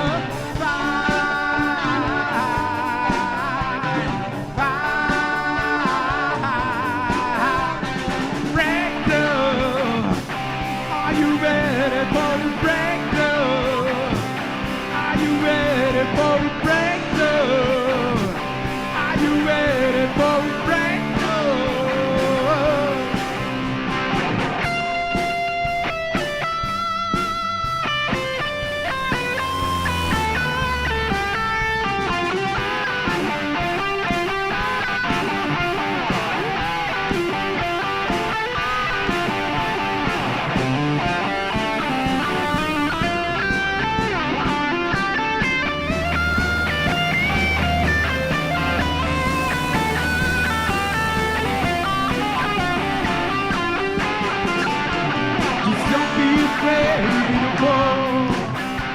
Just don't be afraid to fall. 'Cause the winner takes it all. 'Cause the winner takes it all. Just don't be afraid to fall. Just don't be afraid to fall. 'Cause the winner takes it all. 'Cause the winner takes it all. Mr. Agan.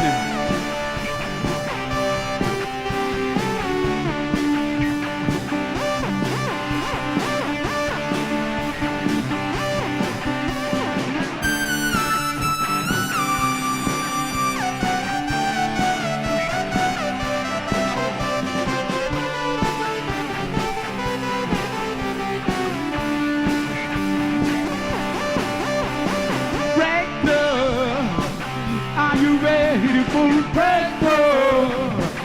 Are you ready for a breakthrough? Are you ready for a breakthrough? Just don't be afraid to fall. Just don't be afraid to fall. 'Cause we all fall. There you go. That's a little demo. Live this time with everybody in the band making all sorts of mistakes. That's how it goes, you know, when you're learning a new song. Like it always, you know, you gotta learn it. Like we wrote it, and you're happy with it. You probably recorded a demo. You feel super happy, and then you go and try to play it with the guys, and everybody's just screwing up because we've never really played it. We only played it once or twice when we laid down the tracks, and the voices. Oh my gosh, my voice was awful. But when we did, after a lot of practicing, we actually played it live at the event that we were that we played at, and it was good. That time we didn't screw up because we did practice a lot, and yeah, they come out well once we have practiced them. So that was a little bit of a surprise there I had planned for you guys. So here we are. So far, so good. We are on our way to stovepipe wells. Now, I watched a video on stovepipe wells, and basically in all of Death Valley, in this big area, this big, huge flat area of desert, Death Valley,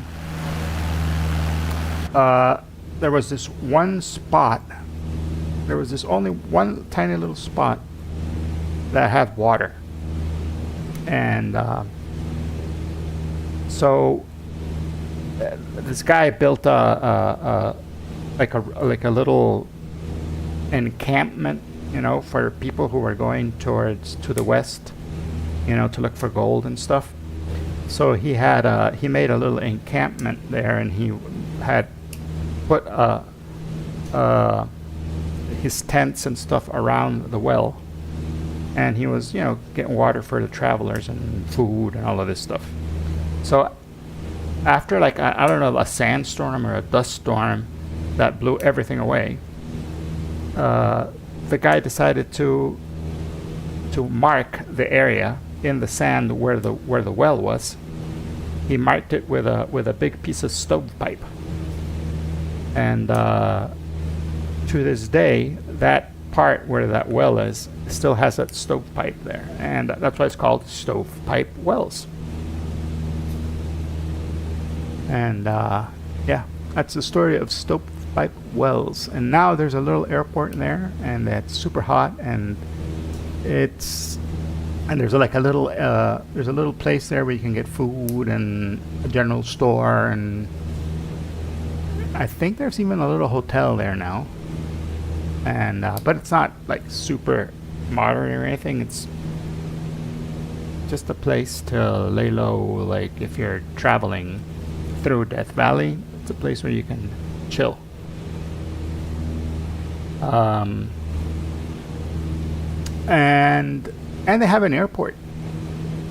And however, they're discussing tearing the airport down because they think that it's they want to build a thing there to look at the stars, you know, because the fact that you're in Death Valley and you're in like in a valley, and there's no, in the middle of the desert, and there's nobody around for miles, they think that it's a great place to look at the stars from there. So they want to turn it into a stargazing attraction, tourist attraction in the middle of the desert. So they want to get rid of the airport because they think that is good land and they can put that to use, despite the fact that people do come to the airport. A few people, you know, but the airport does get a few visitors. And to be honest, to be frank, if you're coming to Death Valley, dude, I don't know if you want to drive. If you want to drive to Death Valley, where it's probably just a lot easier to fly in. And yeah, that's what we're doing. Check it out, we're almost at the radial. We're almost at the 1-5 radial, and that means that we'll be at that spot between the mountains, that little pass that we need to get through, which I'm thinking is right over here, and I'm thinking this here in front of us is Death Valley. So Furnace Creek, which is where I landed on the event we did a couple of weeks ago, is right around this area. And we are going to land over around this area, which is where Stovepipe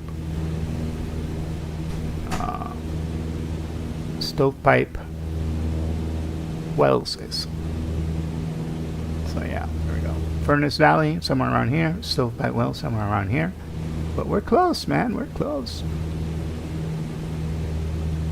We're doing good.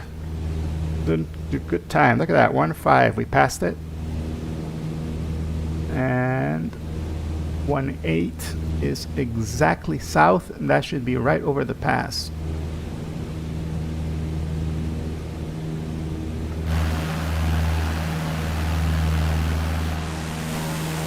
That VOR is over here somewhere.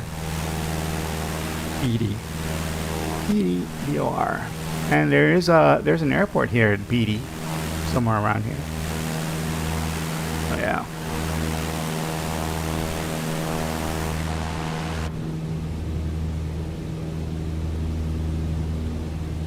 Good thing we got our bearings.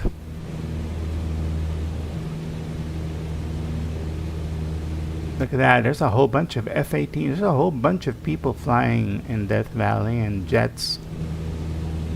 Death Valley is an MOA, which military operation area, which means that there will be jets flying around and people practicing and whatnot.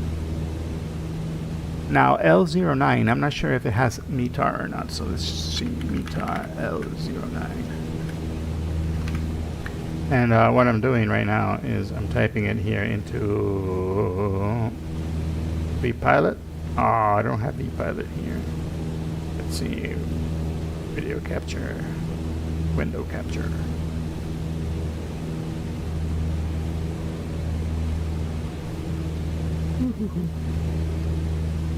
Let's make it big. There. So I'm typing L09 in here and see if we get anything. Nope. No such weather reporting station for Lima 09. Well, it was worth a shot.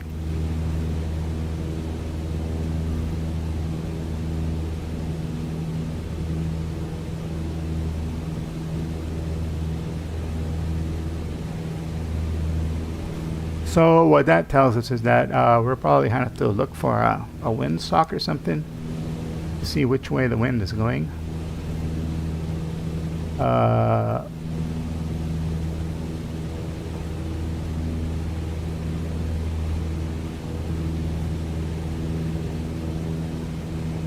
It's got two runways, 5 and 23. So, and it is at 25 feet in elevation.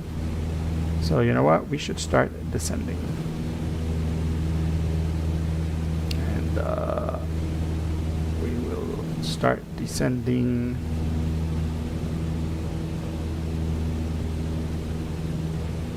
I think we should start descending now. Let's go down to 1,000 feet.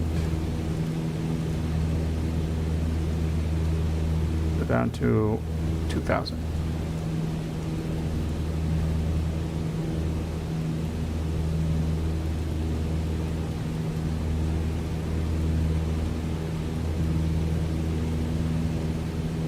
Alright, we'll adjust our throttle.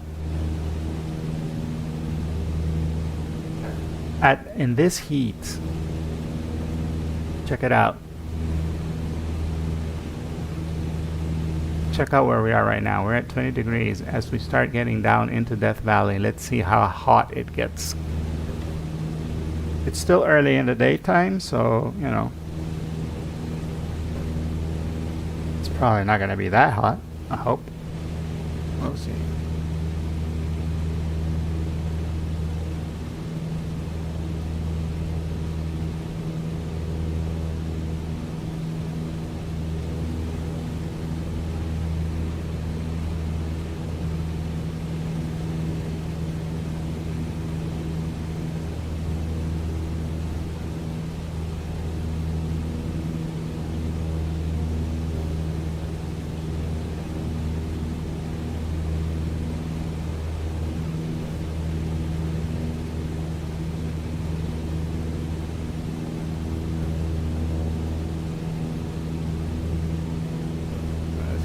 So the map says that L09 is just past this part here, so it's got to be somewhere around here.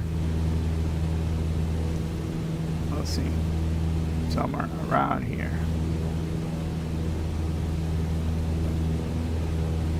Just past that bend. And Furnace Creek is over here somewhere. Thinking this could be Furnace Creek. I'm not sure though.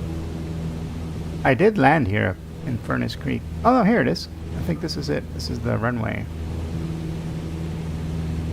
Yeah. It's not that far away. It's only like 20 miles away.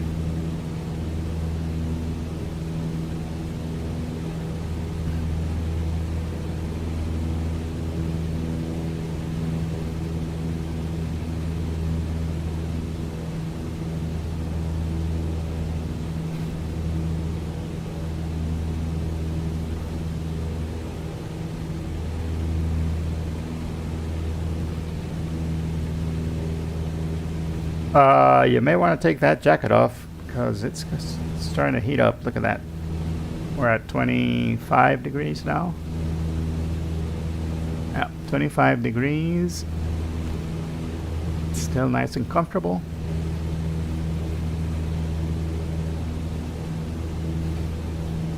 We'll see as we start to descend a little more how our temperature starts to move.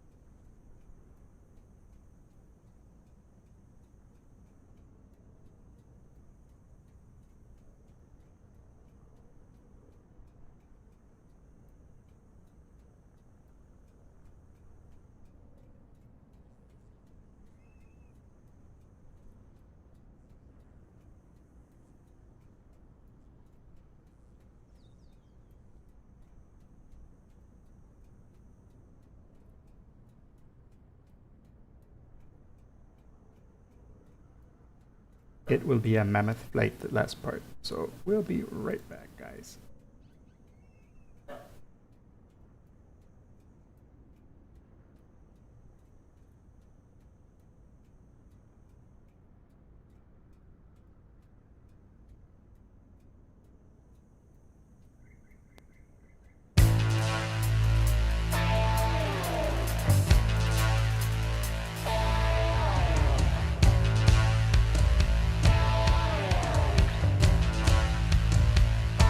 The sun is rising, the tanks are moving, but the waiting sky ready to fight. The army's marching, the children praying. Beauty queen is stuff, she's breathing in blood. Real people need love, not war. Real people need love, not war. I dare you to stop the bombs. I dare you to turn around. Take the fighters to the ground. Bring the people to their town.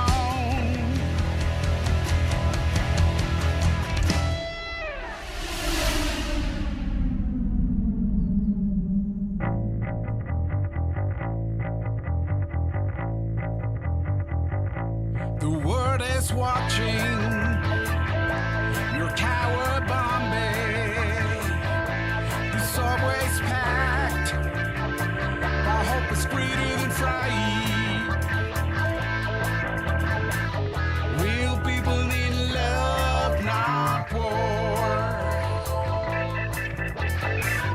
Real people need love, not war.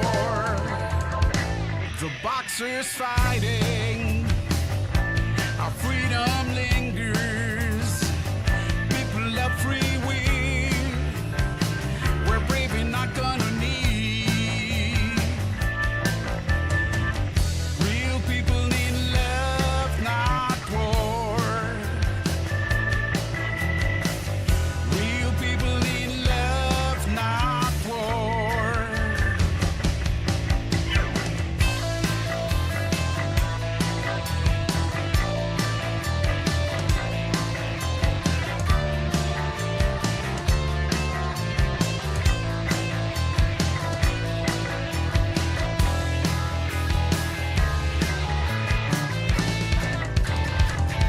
I'm the KGB master, flirting with disaster.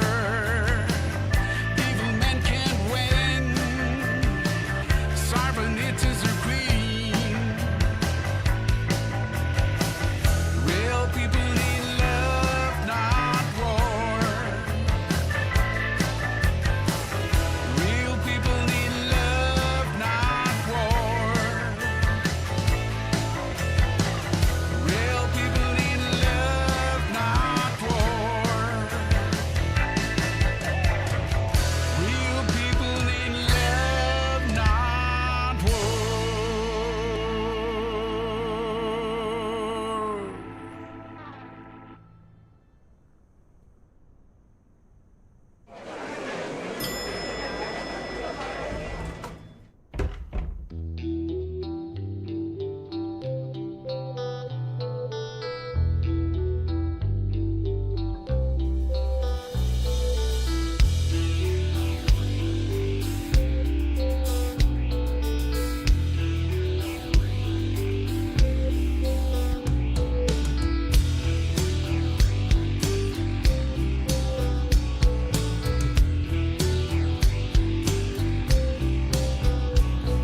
Sitting down in my room, flashes of you, but you're gone. Thinking of you, it's so blurry now.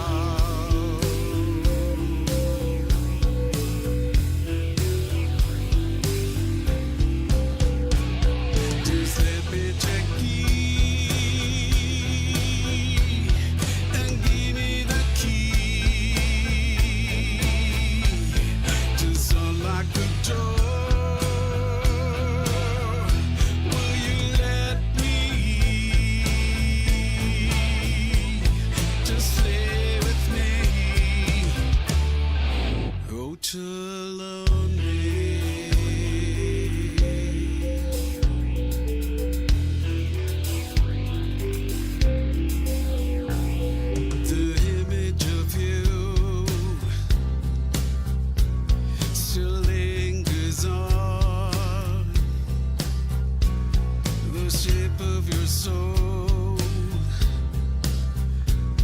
is still in me.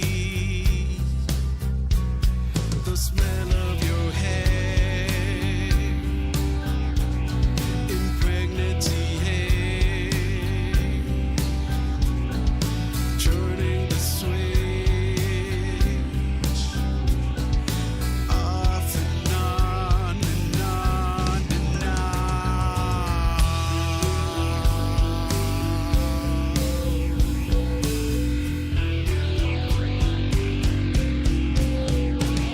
Just let me check key and give me the key. Just unlock the door. Will you let me? Just stay with me. Hotel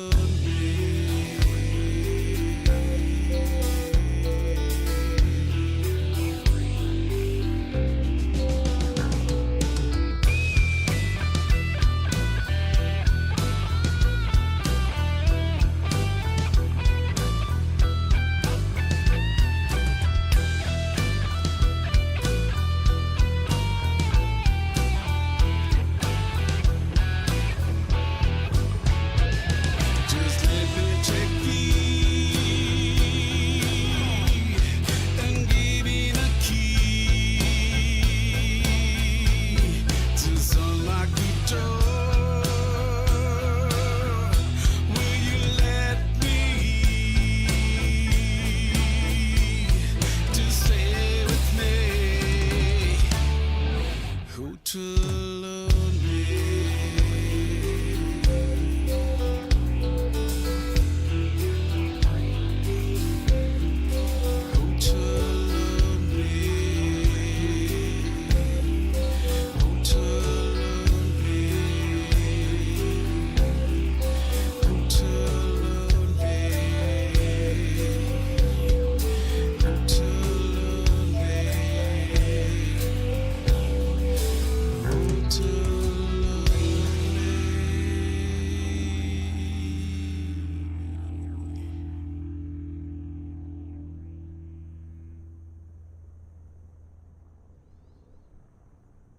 And we're back.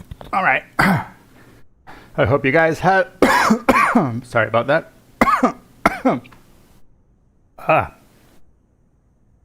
Something went down the wrong pipe. Hold on 1 second. All I get is out.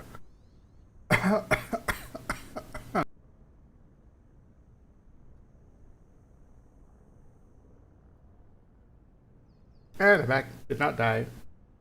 Managed to stay alive throughout that whole ordeal. All right, so look at that. A whole bunch of military aircraft flying around us. Sorry. A bunch of military aircraft flying around us. An A320 over there in the back. But here we are with our... I already forgot her name. What did I say her name was? I forgot what her name was.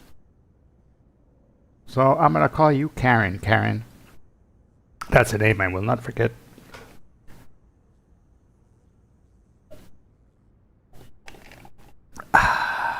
Delicious, delicious. I'm not going to tell you what I'm drinking because I'm not getting sponsored. So we're going to close this.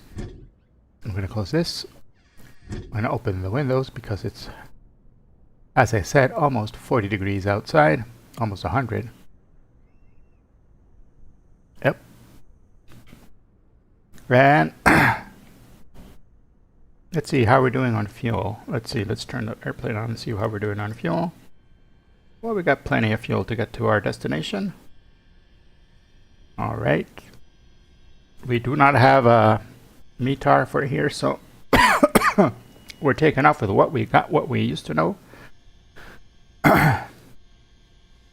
Now, let's see. Do we have any navigational aids from Lima 09? Let's get this on the screen here so you guys can see what I'm talking about. Navigraph. Navigraph, there we go. So let's see, we are here. Let's clear up the old, clear it up, new flight, select. We are at Lima 09. And we want to get to Mammoth. And Mammoth is over here. It's called KMMH. So we'll put KMMH here on our laptop. Check it out. We do have a few.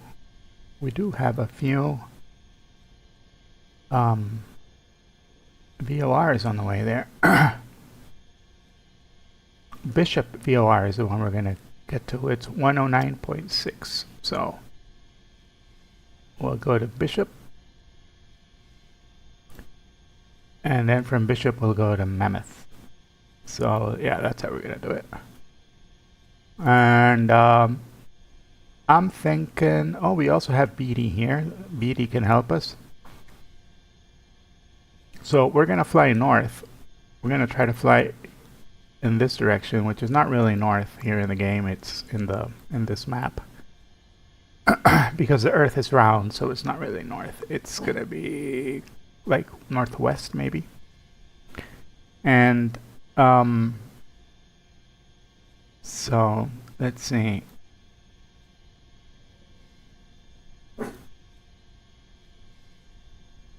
My dogs wanna come in, go out, do all sorts of weird stuff. Which is the best way to go about this?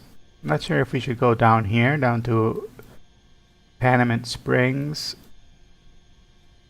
and go through this gap, and then go up, or if we can just fly straight from here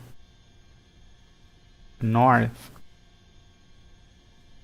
over here to Hambo and then keep going straight, because these mountains look high, these mountains look tall.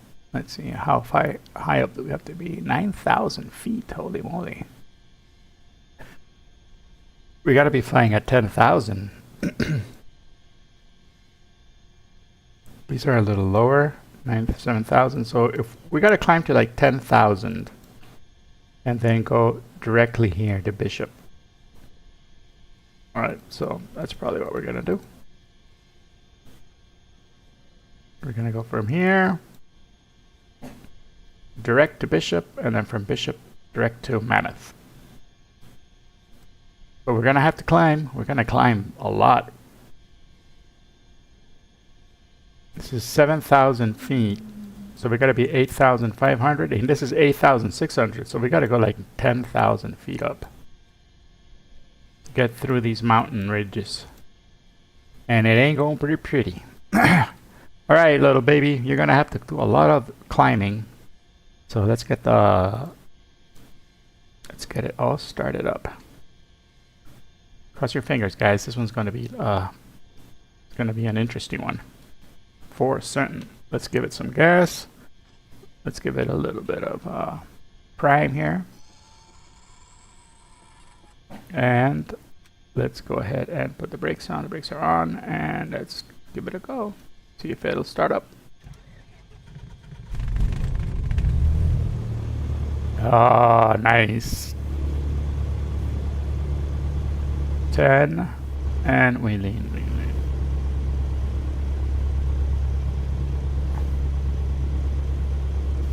All right, hold on a second. The dogs want to go out. Be right back.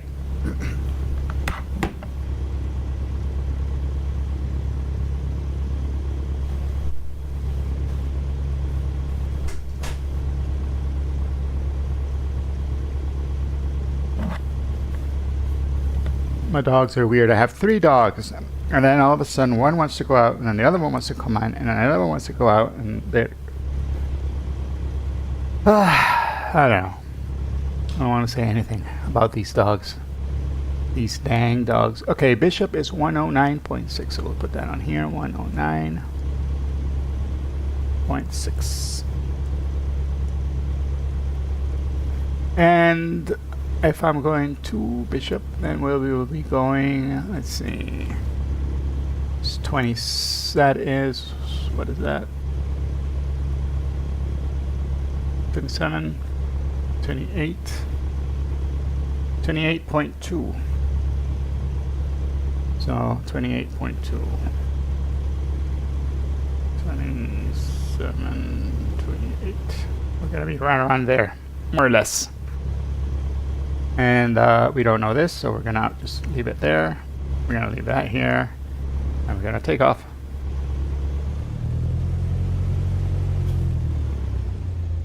Stonewall Springs traffic, November. Stovetop Springs traffic. There we go. November 52 Mike Romeo Echo type Cessna. Taxiing to runway 23. Stovetop. We're going to go ahead and take off from where we can go ahead and take off with the windows open because it's super hot. And that's it. Stovetop traffic, November 52 Mike Romeo Echo type Cessna, taking off runway 23. Stovetop. Okay. Where's not your flaps?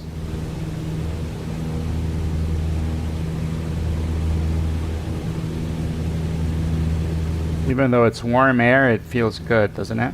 When you're at this hot, There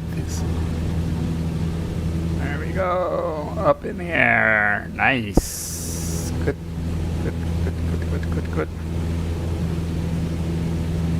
All right. Let's get to around 300 feet. All right, flaps come up. And we'll just trim it up. We gotta climb a lot, so we are going to do a little bit of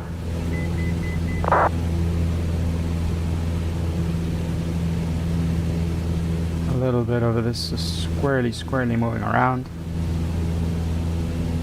Oh, I forgot to put the flight plan for this part. We are at Lima 09, and we're going to KMMH. So Lima 09, KMMH, and we're taking off at 1800. And our time en route. Let's see, how long is it? 100. It's got about an hour then. 1 hour time en route. 1 hour. And we're going to be at 10,500. And file our flight plan, and we are on our way.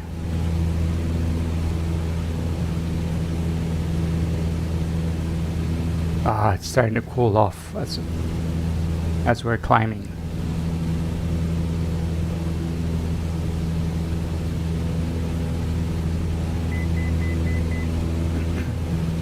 Yes, darling, I know, but we're going up to 10,500, so there we are.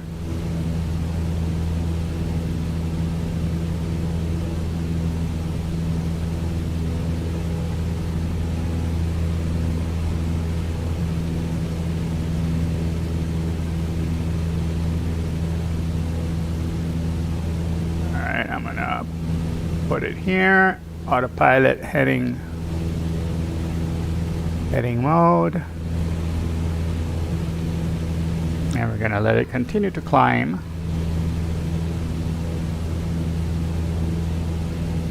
Our altitude is armed so that it will stop climbing once we get to 10,500. So now I will have to hold on to the joystick. It'll keep it going for me.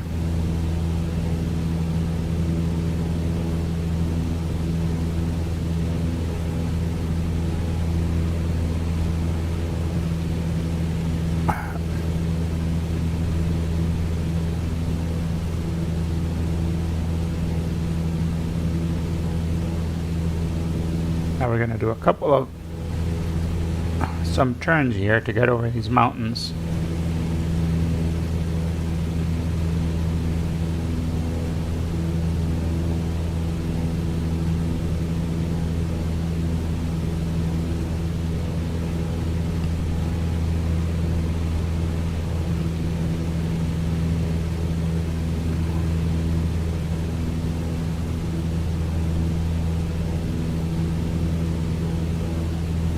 let's kind of head back towards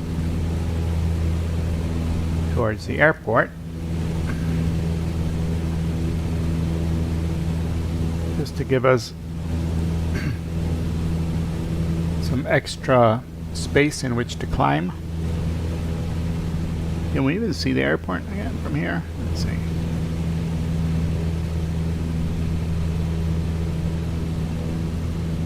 Airport's back there somewhere.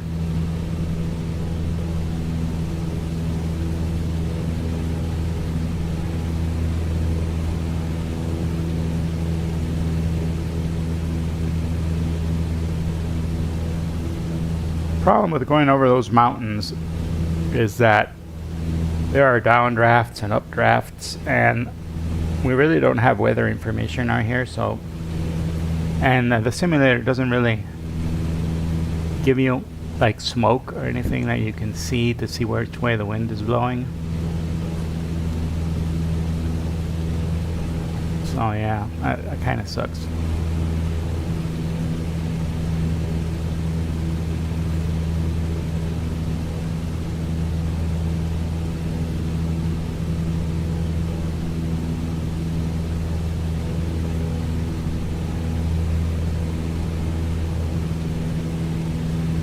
So I'm going to climb up until we are about, let's say, this thing said that the clearance was 7,500. So we're going to climb up to 8,500 and then we're going to go ahead and turn.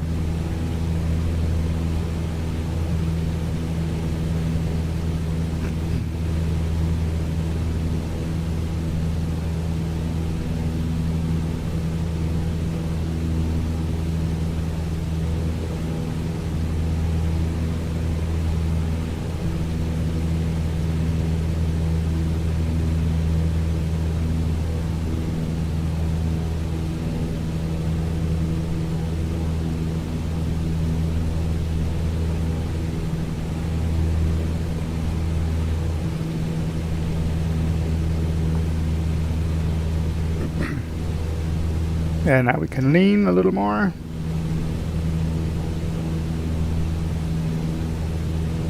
Oh, look. I picked up the VOR already, this one.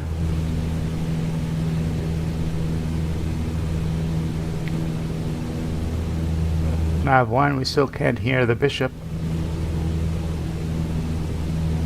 But we can hear the Beatty. Now, if we can hear the Beatty, I can pretty much take a line from the Beatty. This is 2.7, this is 2.6, this is 2.5. So when we're at 2.5, oh,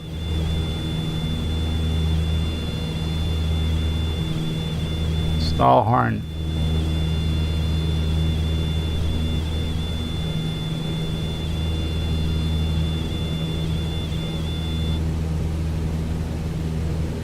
We're gonna let it pick up some airspeed. Down here, we gotta be at 2.5. 2.4, 2.5. And then when we get to 2.5, that means that's the right spot to turn into the mountains.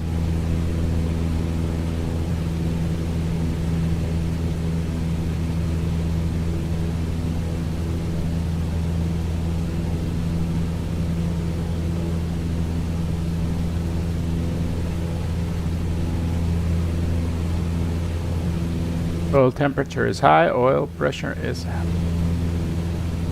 good.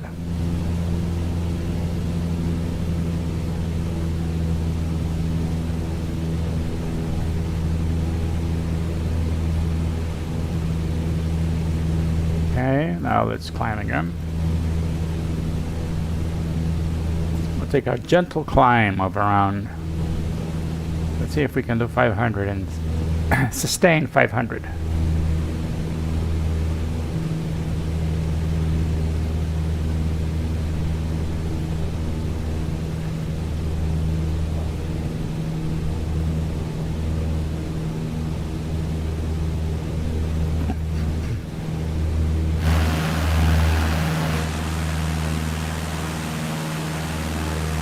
Now we're getting to that clearance altitude.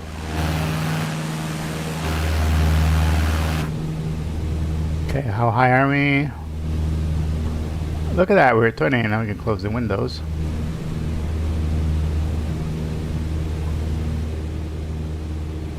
Make it a lot quieter inside the airplane now.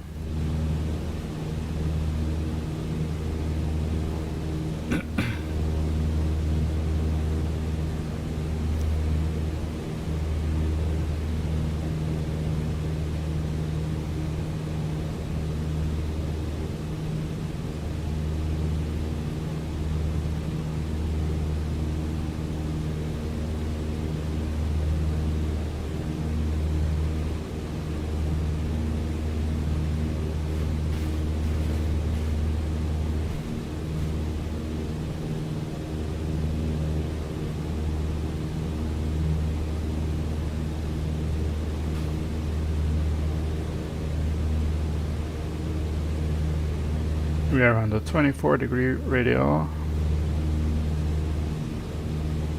23 something.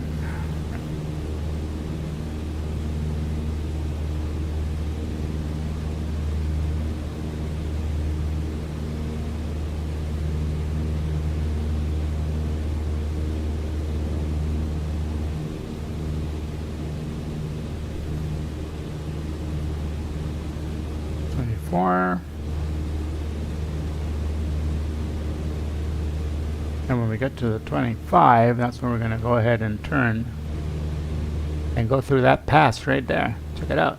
That's our pass. Actually, we could probably start turning now.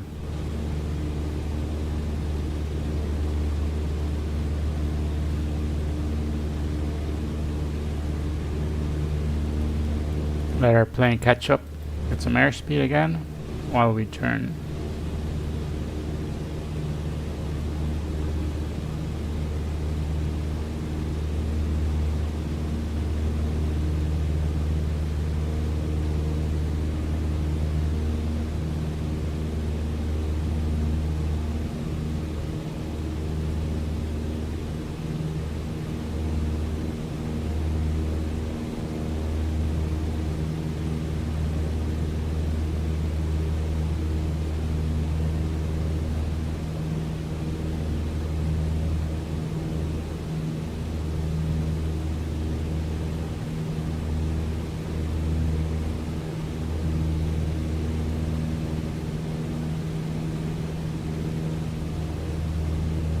Now let's see if we hasn't drifted. We should be at 25. And now let's climb.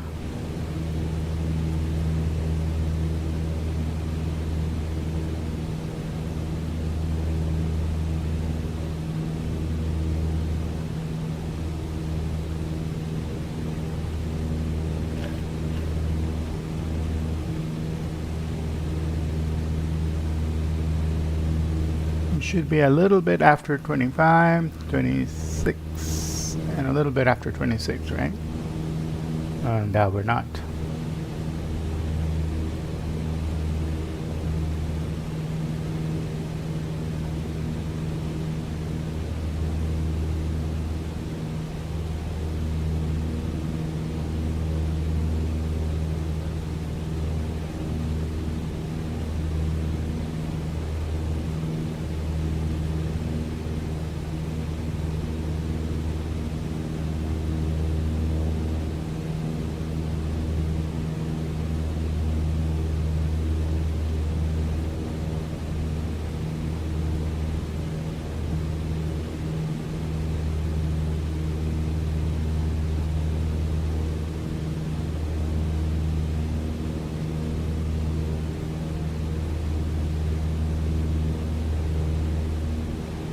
There we are.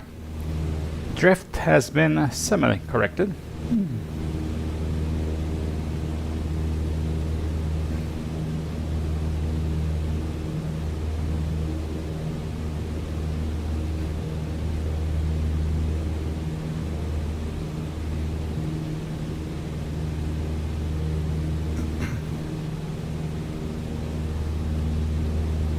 Strobe is on, navs are on.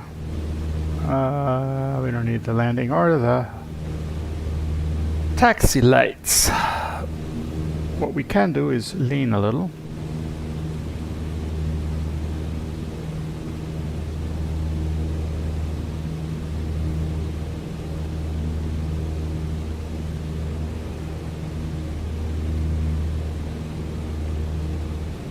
Check it out. We got some, there we are. We peak and then we cool.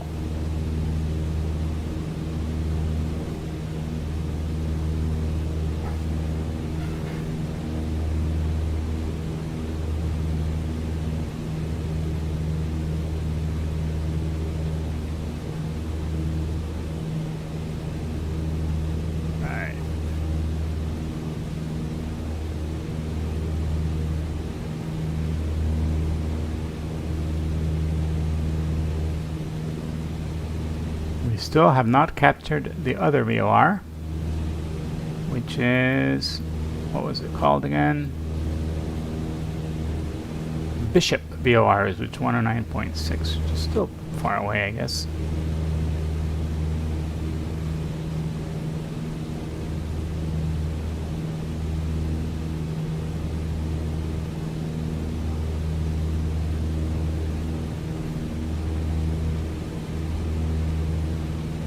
Now we want to go on the 25-degree radial from Beatty, just right over this little ridge of mountains. From here on out, it's going to be just mountains and mountains and mountains and mountains. So this part is not airplane friendly at all.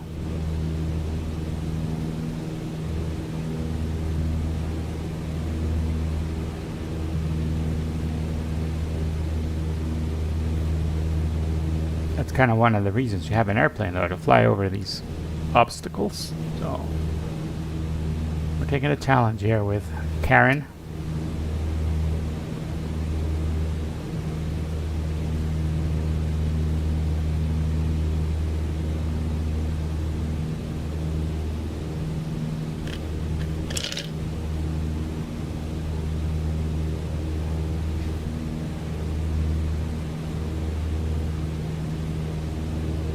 Good thing we have at least one VOR, right? I'm thinking when we get 10,000 feet, we'll start to pick up the Bishop VOR. I hope.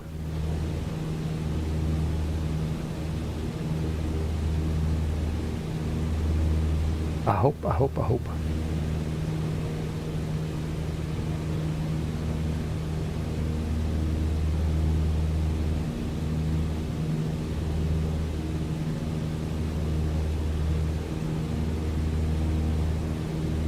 109.6.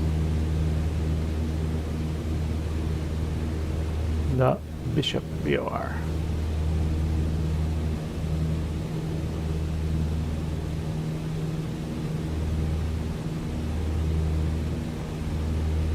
And then once we get to 109.6, we will be going in the 25, 26, 26.5 more or less.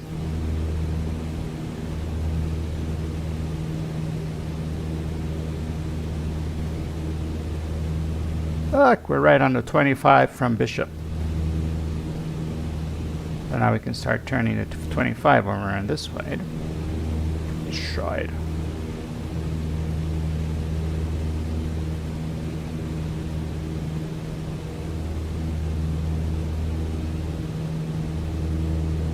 There we are, 25 degrees. Coming from Bishop. Look at these mountains, they're beautiful. Scary, but beautiful.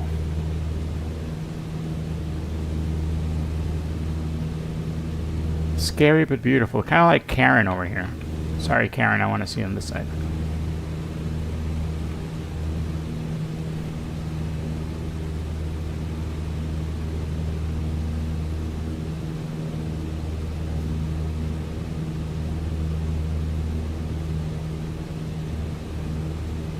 Alright, so far so good. Climbing, climbing, climbing. We can lean a little more now.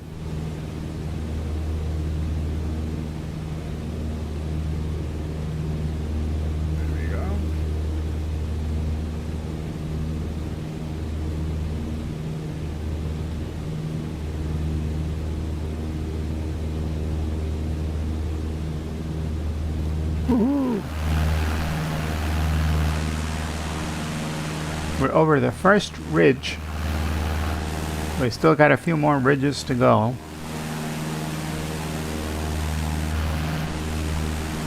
There's actual roads down there. Or trails or paths. I'm thinking they're roads.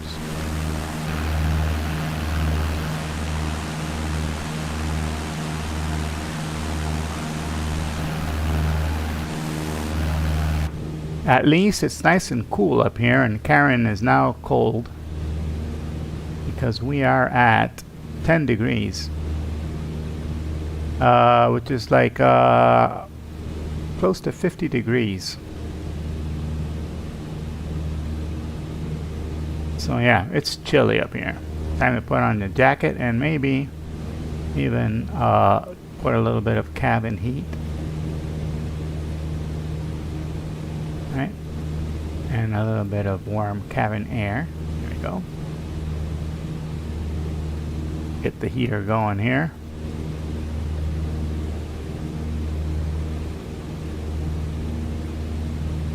Doesn't give you inside air temperature, does it? I wish it did. And we could see how comfortable it is in here. Does the iPad tell us that? Let's see. Does the iPad tell us the internal heat? Gives us the payload, the fuel, and the weights. No. Exterior. Settings. Yeah. Maintenance. No. And instruments. Yeah. No. I thought it would give us the temperature inside the cabin.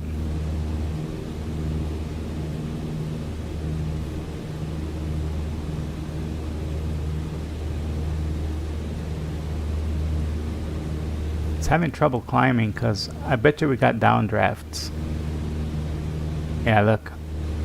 We got some downdrafts.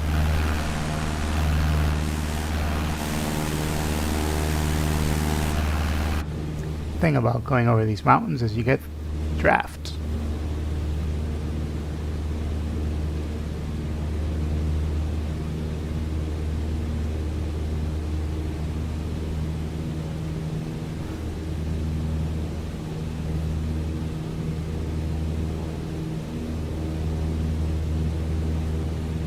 There we go.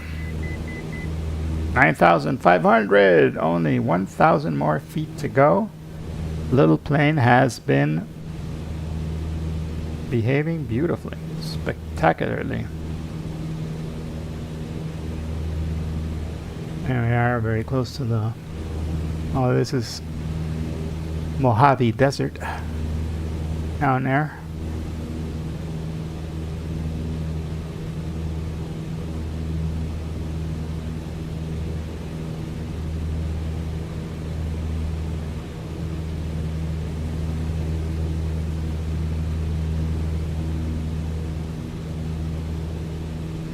This has been a long flight, hasn't it? Yeah, it's a good thing we did take some breaks, you know. The breaks were fun. Those breaks gave us a little bit of a breather. But I'm thinking this might be the longest stream I've ever done. It's over 3 hours, 20 minutes, and we got about an hour to go to get to where we're going.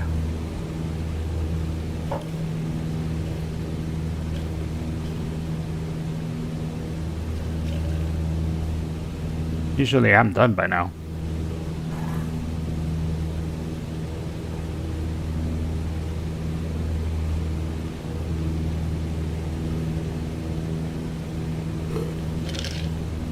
We have flown a long way for a tiny little Cessna 152. It has been a pretty long journey.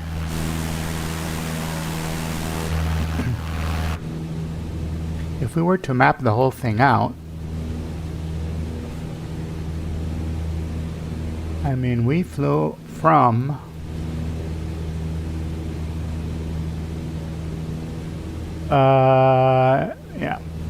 KIFP and then to Las Vegas. Oh, I can do it. I know where I can do it.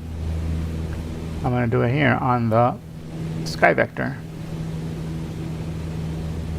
And let's clear this page. Let me start KIPH, KIPH, KIFP. Baffling, there we are. And then we went, and then we're going to end up at Mammoth, KMMH, KMMH. And on the way there, we went to KLAS, and then we did L09, and now we're doing this part. The whole trip has been the whole trip is around 266 nautical miles. That's a long trip. And on a Cessna, it's like 3 hours, yeah. And we also did stop, right? We stopped at each one and planned and whatnot.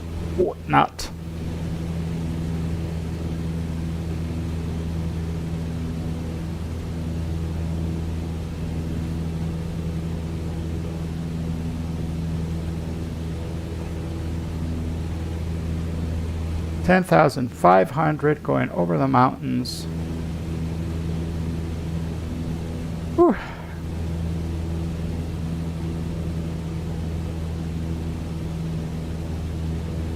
Let me go ahead and lower the RPMs a bit here. There we are. And let me get a little bit more on the leaning here.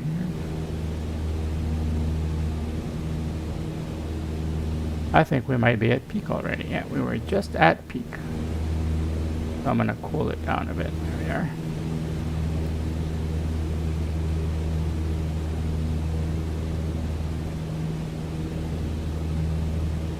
Yeah, these mountains are what is going to be preventing us from seeing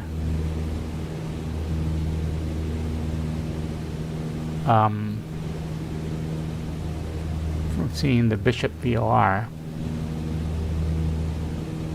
But as soon as we get over the ridge, we should, it should pop right up.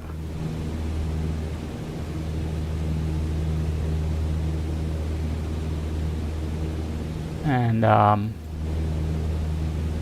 do we still see Beatty? Yeah, we still see Beatty. Beatty is, let's get Beatty on this one.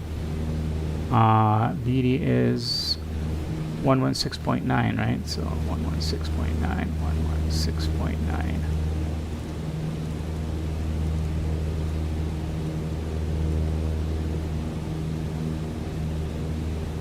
All right, and now we can see we're at 130 miles from Beatty. Wow.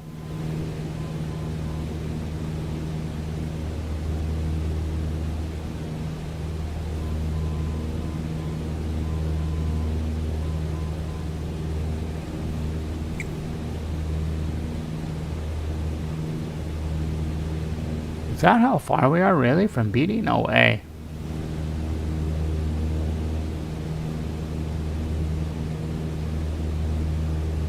Oh, okay, we lost it. We were so far away, we lost Beatty now. Oh, was that Beatty? No, that wasn't Beatty. Beatty is 114.7. What a dork.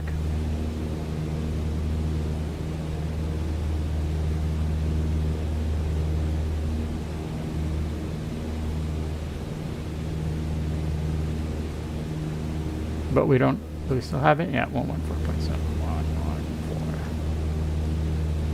114.7.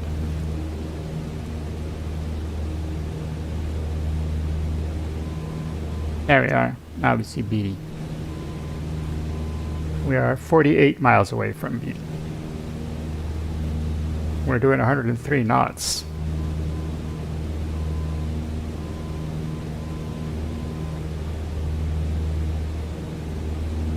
And we're going to 109.6. 109.6 at Bishop.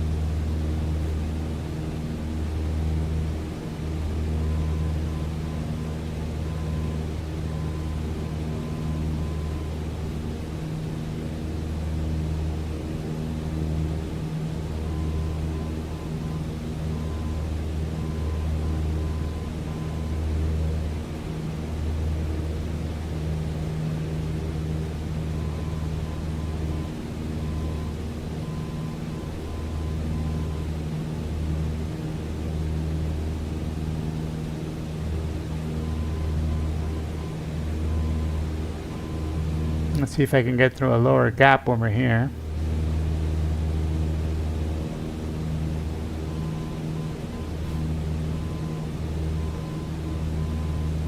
That gap over here looks a little better, friendlier anyways.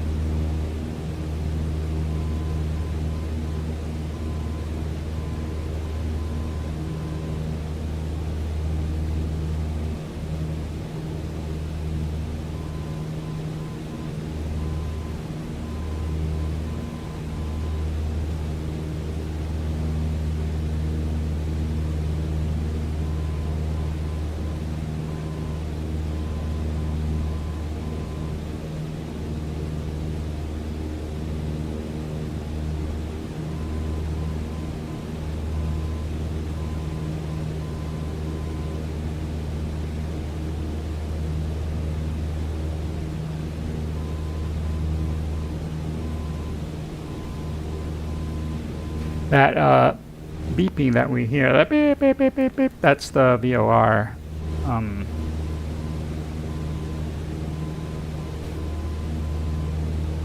That is the VOR that we have here, nav1. Nav2 is 109.6, which is Bishop. So as soon as we start hearing a beeping now, we should have captured it. As soon as we hear the Morse code. And the Morse code for that VOR for Bishop is BIH. So it should be a beep, beep, beep, beep, beep, beep, beep, beep.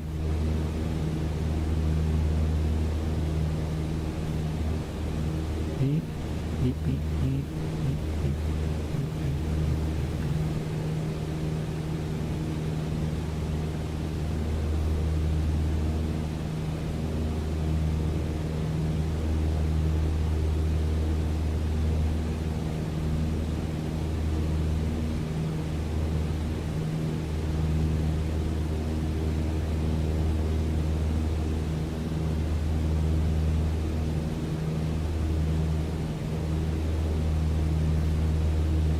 There we are, getting ready to pass.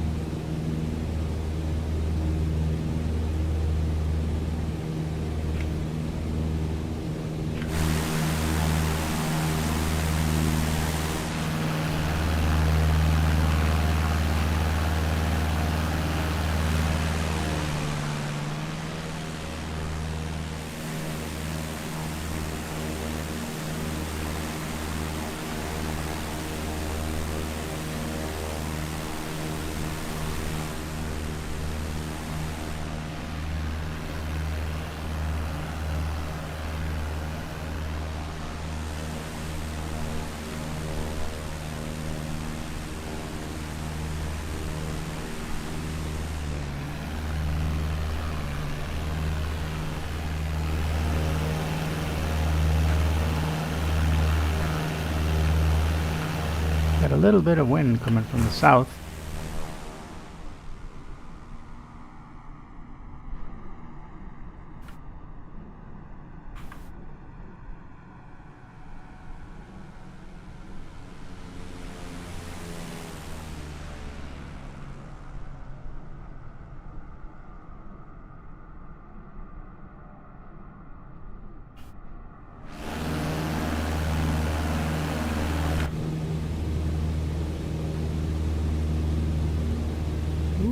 downdrafts.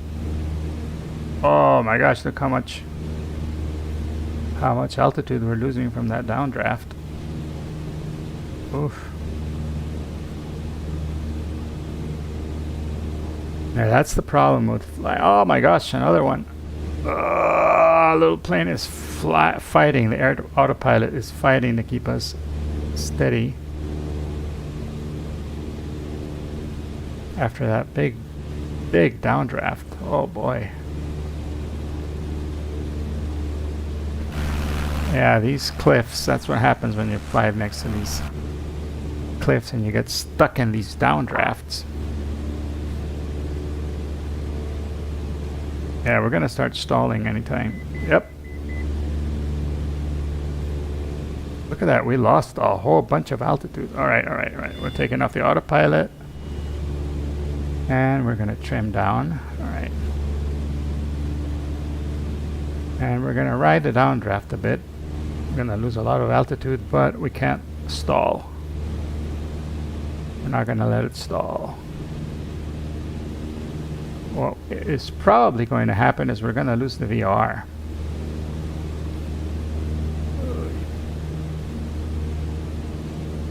There we go. Let's make up that lost altitude.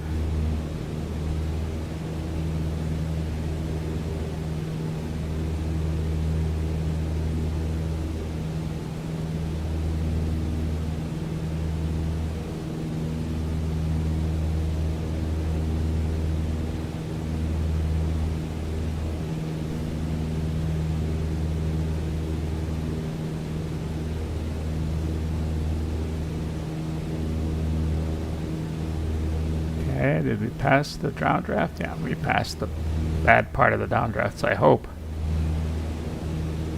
Autopilot, heading, altitude 10,500.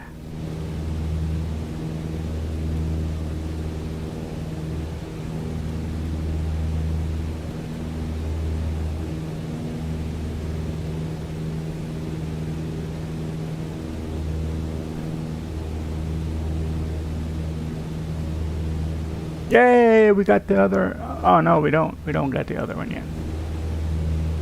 I was so happy that we had the other, and we don't.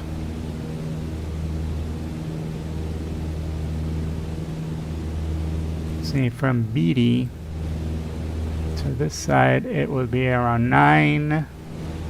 It would be on 10. So.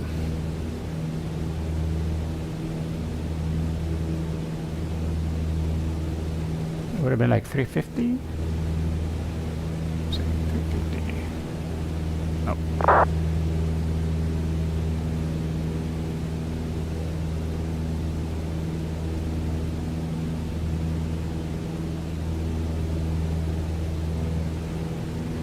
Would have been around 28. Yeah, what is it? 28.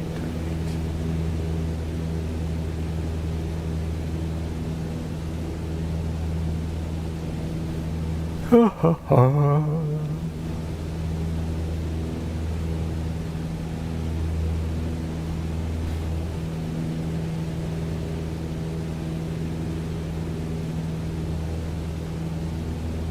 "65 miles away now. We may start to lose the VOR. VORs are not good. More than 64 miles, it starts to lose its power. It's power. However,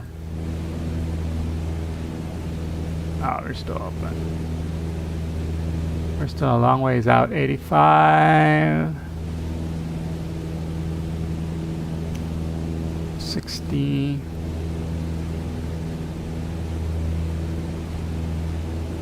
Half of 85 is, let's see, calculator, 42, and we're 66. Yeah, we should start picking up the VOR like right after this ugly looking ridge.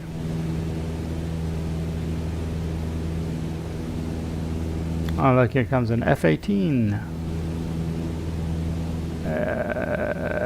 4,000 feet. He's descending.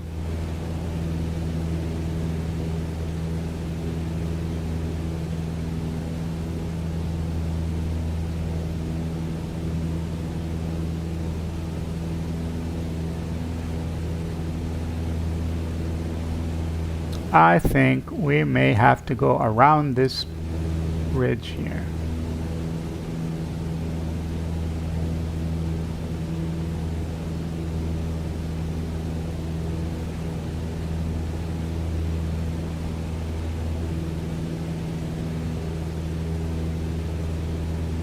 We may have to go around that ridge because that ridge looks pretty freaking tall. And this is MOA airspace, also military airspace.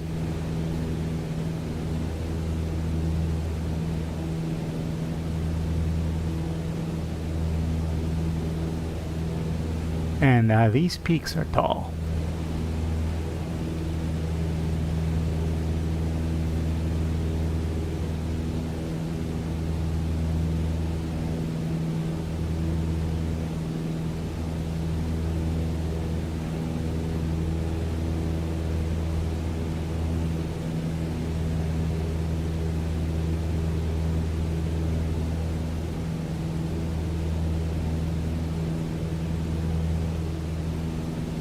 Oh, we got it.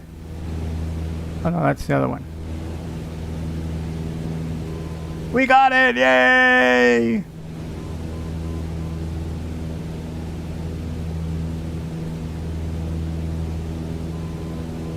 Let's see, where are we?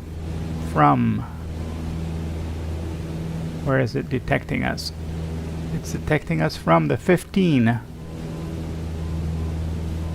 Detecting us from the south. So that's 114.7, right? 109.6.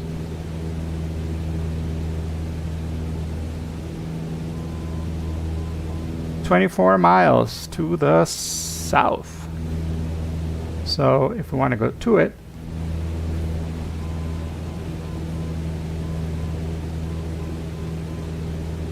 we gotta head 33. All right, 33.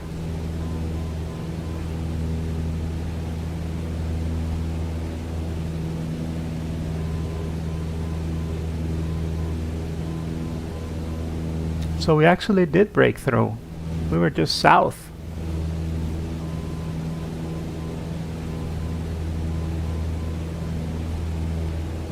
Yay! I'm happy. We were not where I thought we were. So we are already here at this Big Pine. That's what this is called. Okay, so if we're at Big Pine, we're here. We're on the Bishop BOA.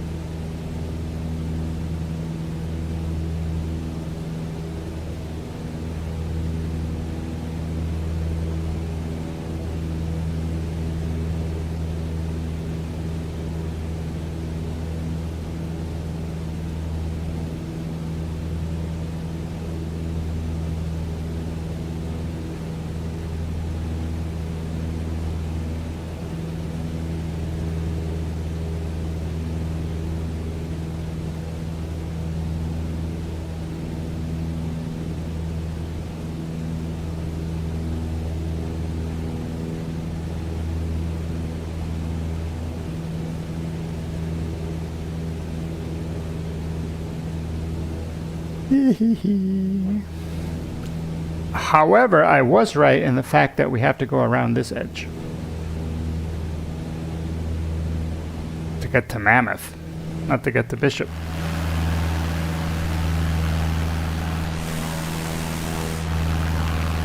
Oh, that's a load off. Okay, Mammoth, Yosemite. Actually, do we have information on Bishop? We do. Ah, Bishop says the altimeter setting is 30.09, so we can put that in here. 30.09.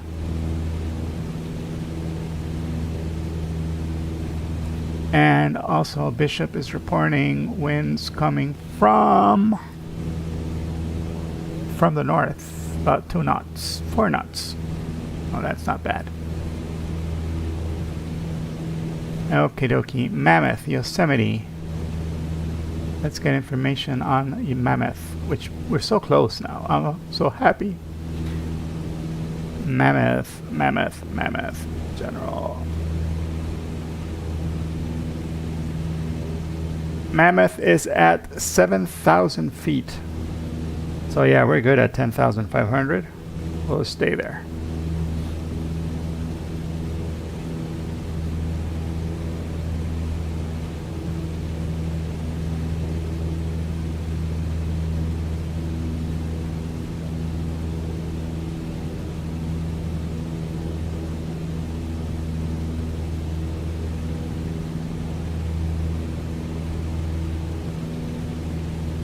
Pretty funny that we're still getting that other VOR.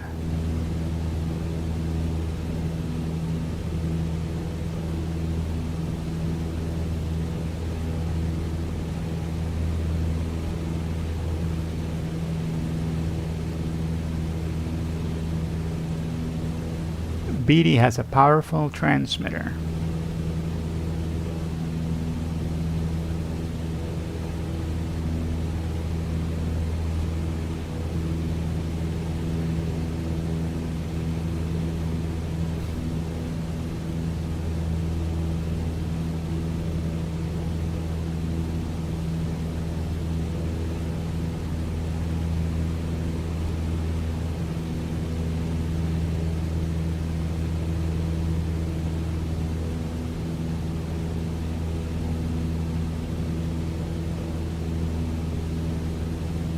Bishop is 14 miles away. We should start to see the runway. Bishop City. It used to be an army base. Here it is. It used to be an army base, and now it's California.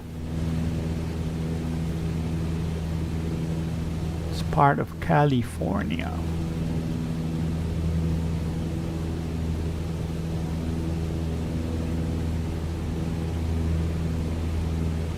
Mammoth is just around the bend here.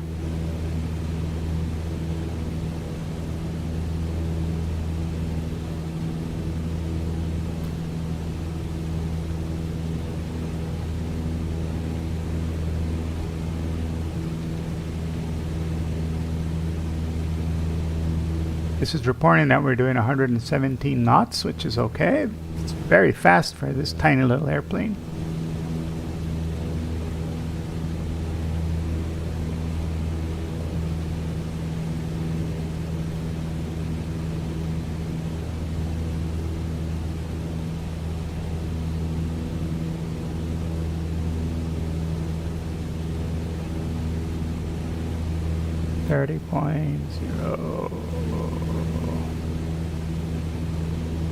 .09, right? Is that what we said?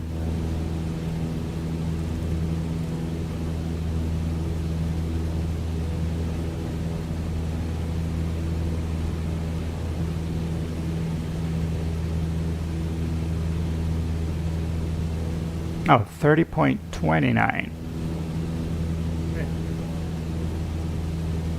Oh, but that's for Mammoth. We're not looking at Mammoth, we're looking at Bishop. Let's see, Bishop is KBIH, right? KBIH. 30.09, so we're good. 30.09. And the METAR for Mammoth is KMMH. METAR for Mammoth is Oh, wow. They got gusts, 15 knot gusts. And they're 30.29. All right.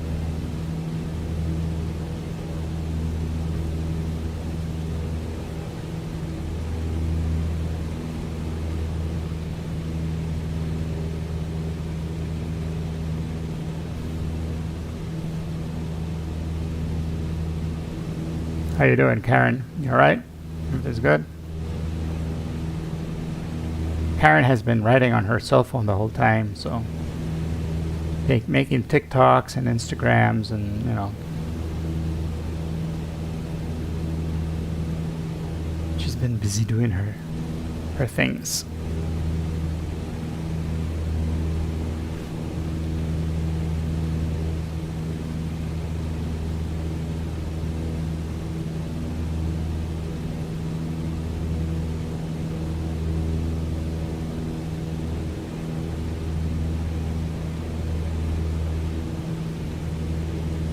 Alright, Mammoth is just over there.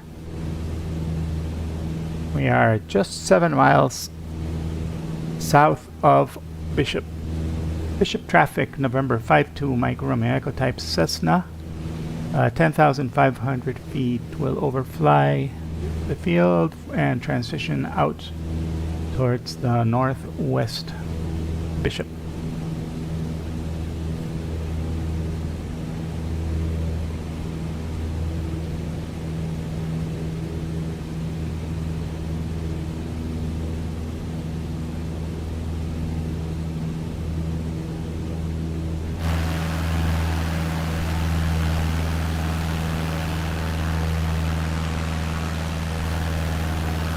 There's the Bishop Airport and the Bishop Town. And Mammoth is just over here.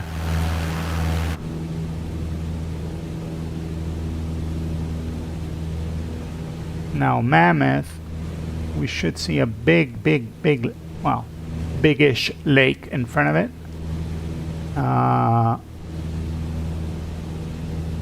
Lake Crowley.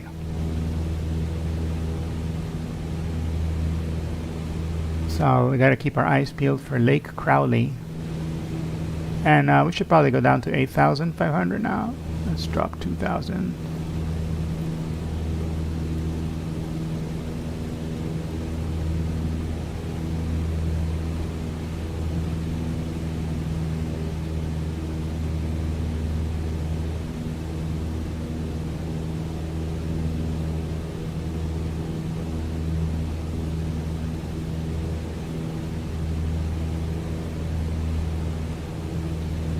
All right, we're just about to overfly Bishop, and then we need to go. Let's see, what much did it say? 27, 28, 28.4 maybe. 28.4. Let's see, 28.4. 28.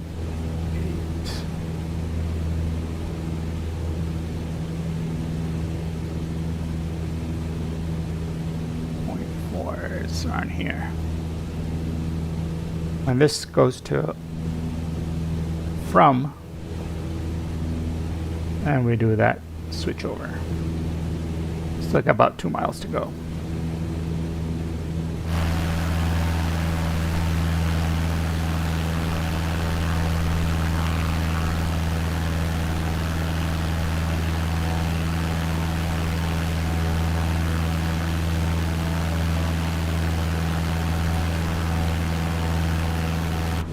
How are we doing on fuel?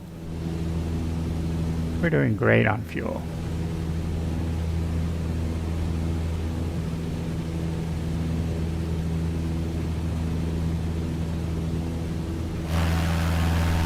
All right. Now the VOR should go crazy for a little bit while we overfly it, because it doesn't know where you're coming from, what's going on, blah, blah, blah, blah, blah, that kind of thing. All right. 28.4. 28.4. it's got to be somewhere like there.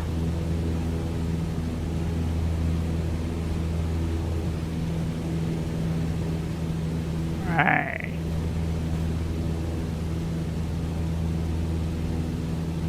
And we'll let that settle. So no, it's got to be over this little thing here.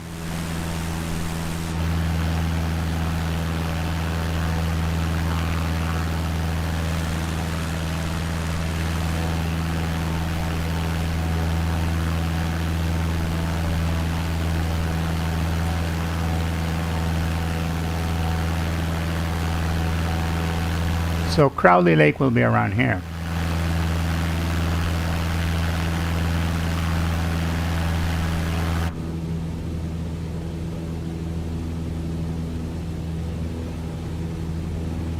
You know what? I'm going to stop my descent and we'll stay at 9,000 for now.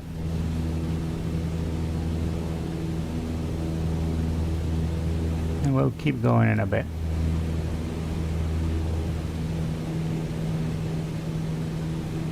Just want to make sure we get past over.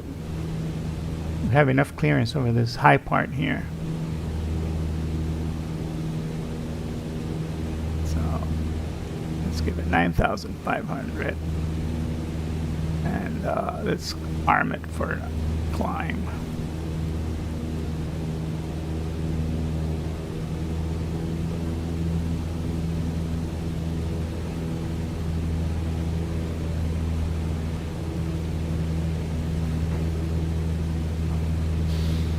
Oil temperature is good, oil pressure is good, fuel quantity is awesome. Are we still getting, oh my gosh, we're still getting BD. Nice.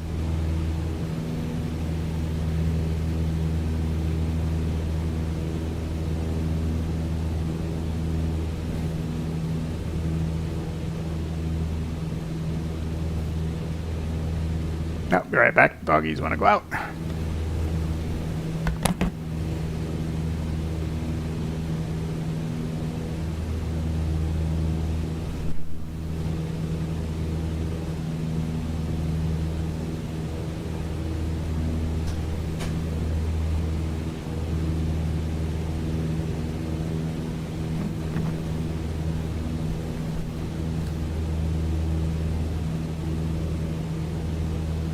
Right, we're back in the cockpit. So close to the end of our trip. I feel like I know you better now, Karen, you know, after this long flight through the mountains and the desert.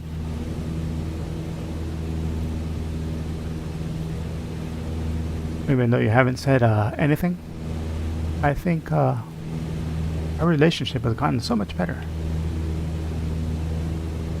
What do you mean, what relationship? Alright, excuse me. Oh, Karen, get the hell out of the way. Right. 24.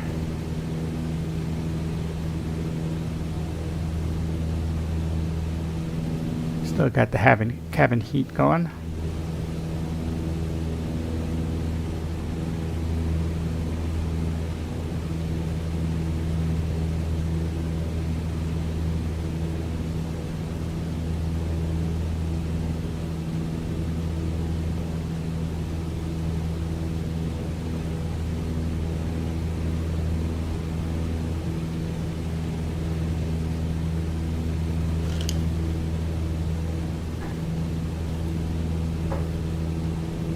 Now, what's up with Mammoth?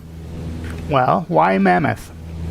You might be saying, well, that's the airport for Yosemite Park. So, yeah. That's why Mammoth.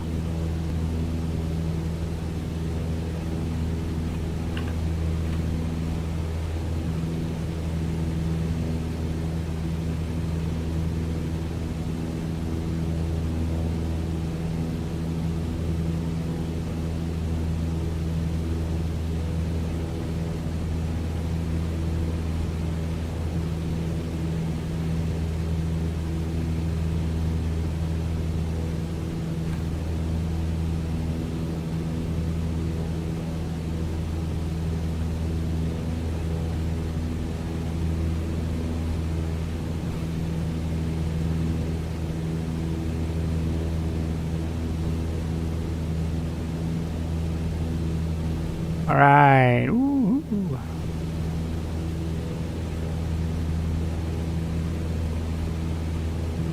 We can see Crowley Lake over here. That's good.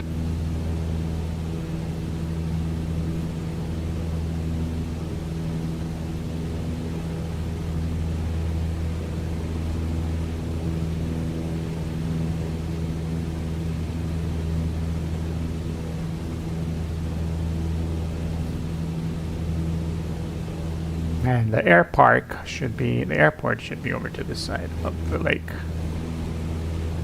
This side of the lake.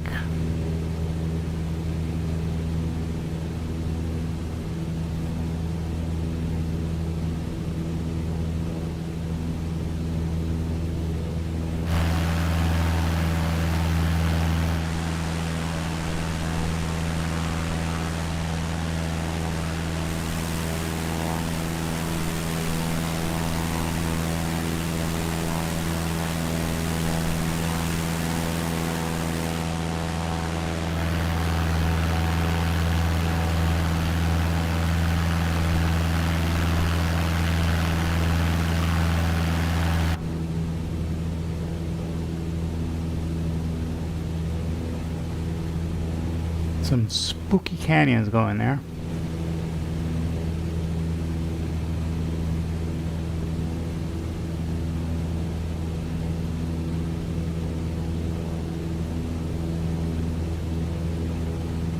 Yay! I think I see it. Let's see, what runways do we have available at Mammoth? We have 9 and 27. And Mammoth, the winds are 110, so we're going to take runway 9. And cool.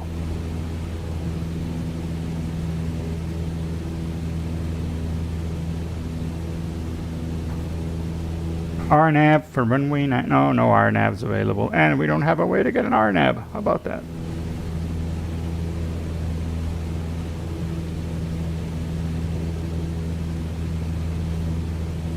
We are about to go here into Lake Crowley.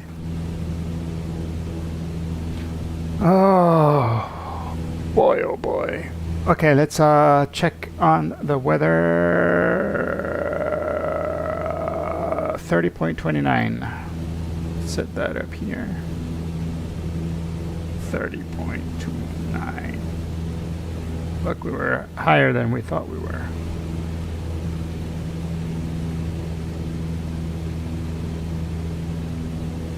$30.29.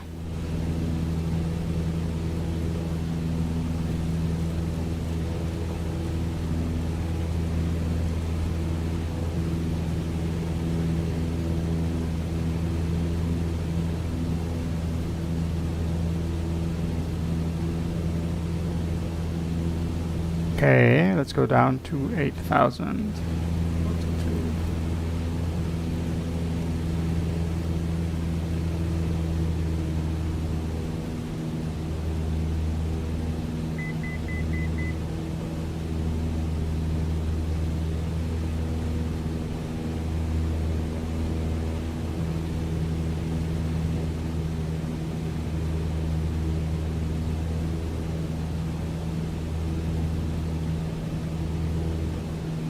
Crowley traffic, November 52 Mike Romeo Echo, about 6 miles to the south inbound for an approach runway 09er, Crowley.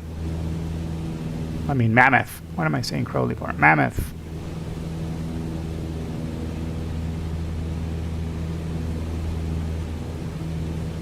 Okay, I can see the visitor center over there. So I'm thinking the airport's got to be over there. So let's go ahead, take off the autopilot and start turning.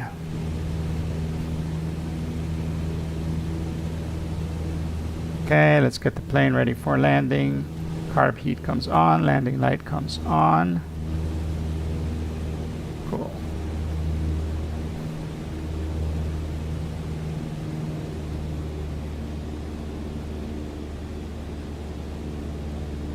We'll let it drop to around Not so much.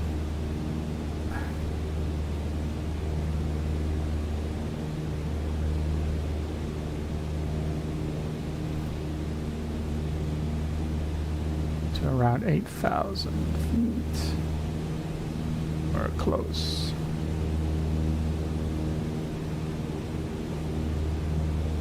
Ah, we gotta look for the airport.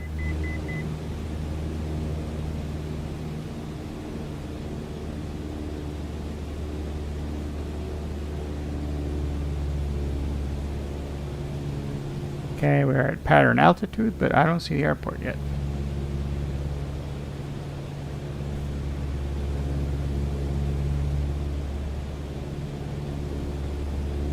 That's a road. Let's turn.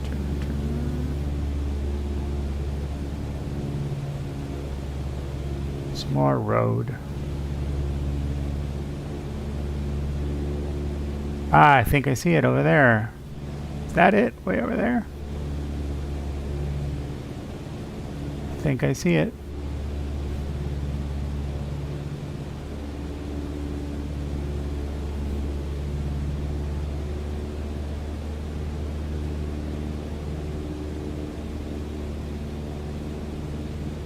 Yep, that's it. Alright, we're premature on this, so put that in. How's our temperature doing? We're good, 20 degrees. We can turn off the cabin heat.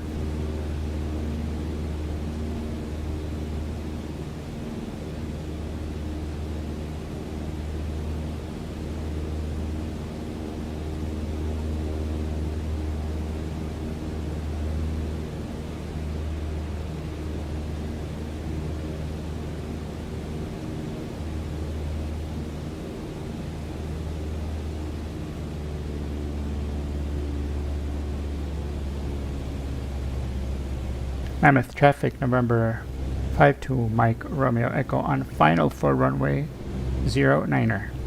Mammoth.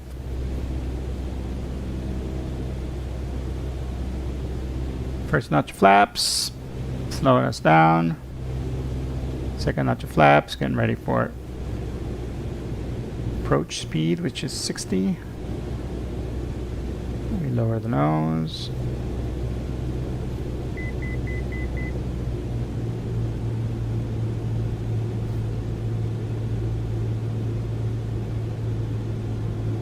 Oh, this is not runway 9er, is it?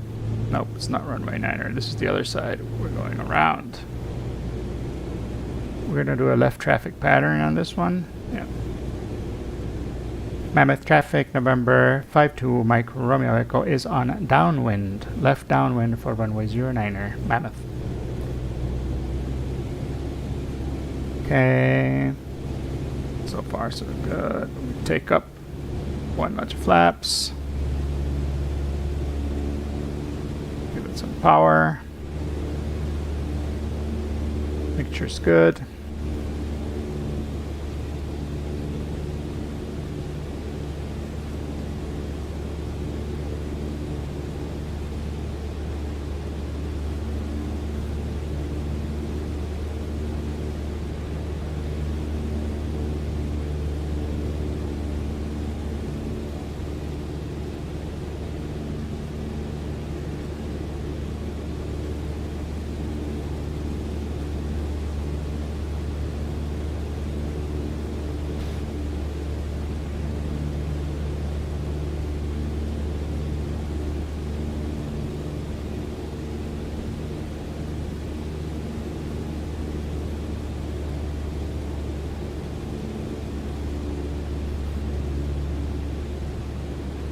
Yeah, that's the right. This is the right direction. That wind was strong and they had gusts. If we would have tried to land it where we were going, we would have had a hard time putting it down.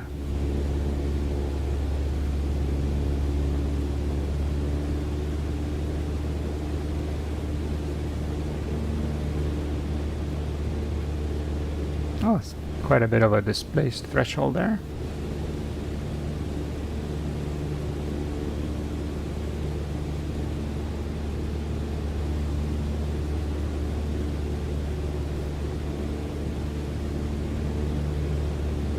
let's start going down.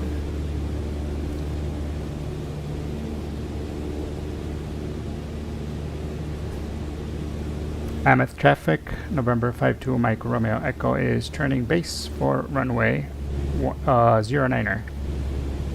Mammoth.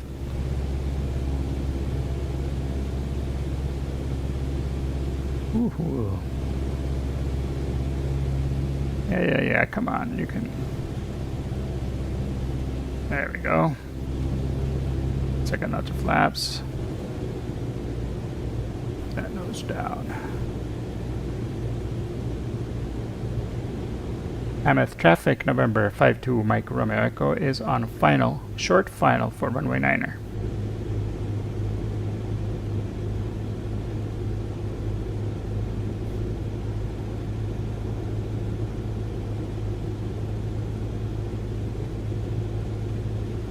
Oh, I forgot to press the record button. Let's see. Oh, we'll record from here.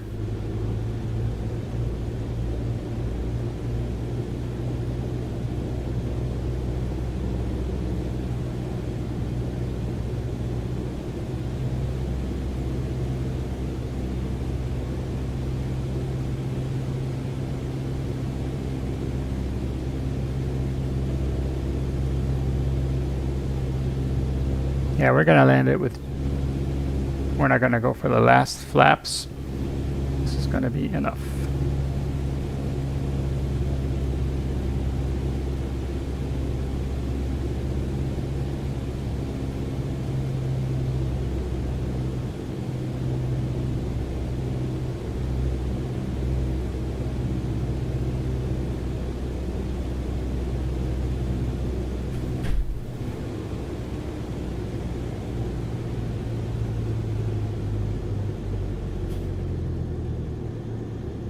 Ooh, float, float, float.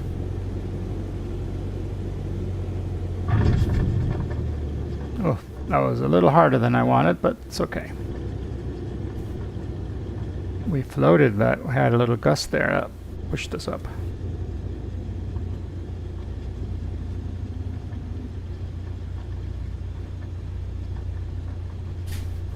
All right, so far so good. We exit.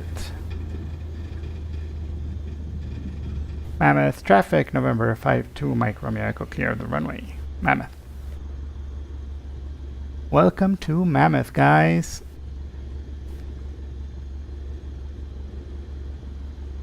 Check it out. Here we are, Yosemite National Park. We're gonna let that guy park us there. I'm thinking that's the dude that's gonna park us. Yeah, he's got the little wing thingies.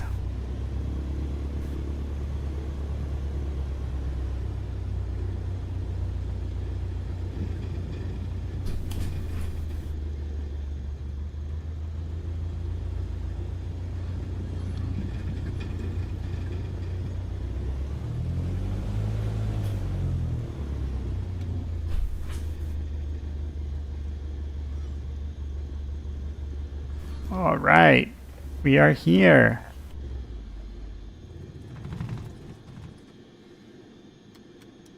Turning everything off.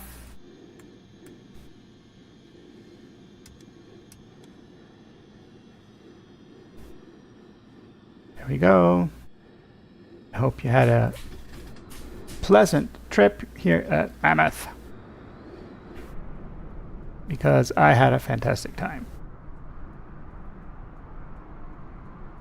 Let's see if we can watch the replay. I think it's going to look weird because I turned off the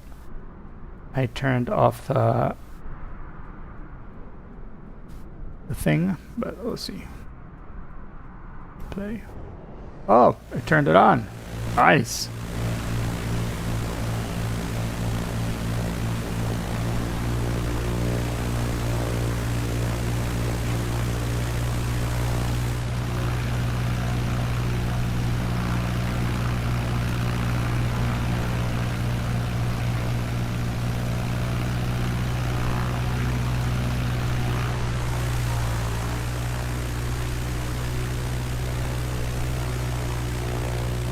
Here we can see how we did.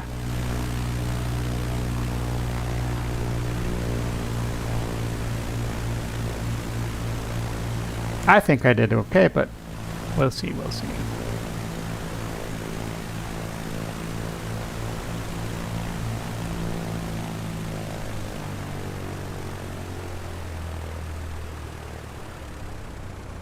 Here's where it floated. Ooh.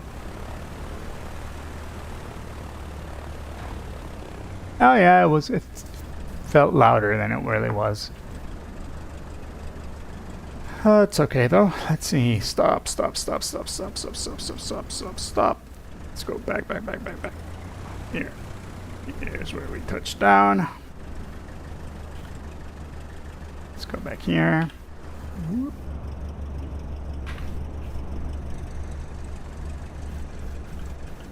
All right.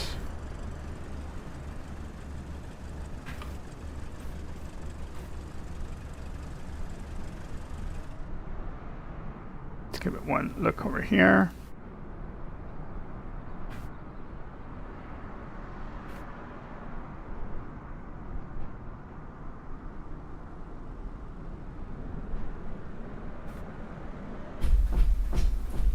Yeah, that float killed me. Oh. It was a firm landing, let's say. It was the kind of landing you would see at a flight school, right? And now, because it's part of the law now, if you're a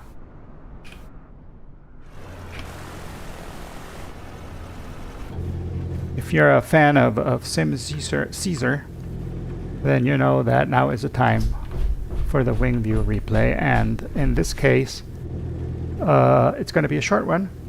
And no music, because I don't want to rip all of his stuff off, right? I just want to rip the look because it looks really nice. So here we are, guys. The wing view patented. This is the patented Sim Caesar wing view replay into Mammoth.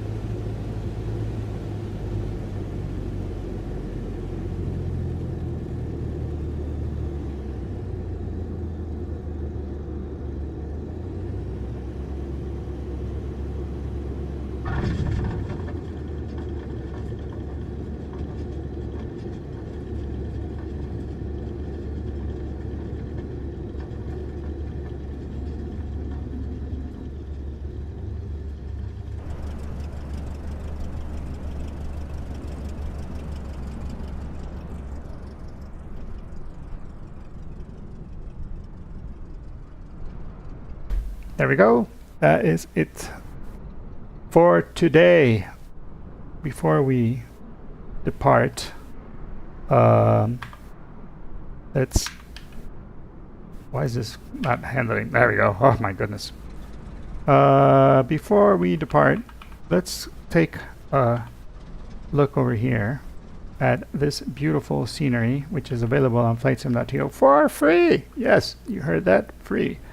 This is Mammoth Airport here at Yosemite, and you can see these guys did a great job.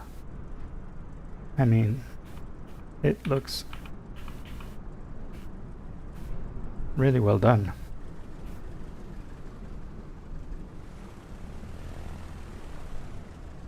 Look at that. It's a little restaurant here called The Hangar. Mammoth Yosemite Airport, elevation 7,128 feet. And got an airliner here who happened to park right where I was parked before I did the thing. And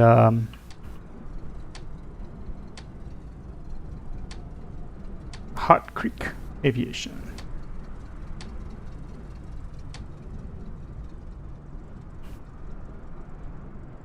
And then some hangars over here.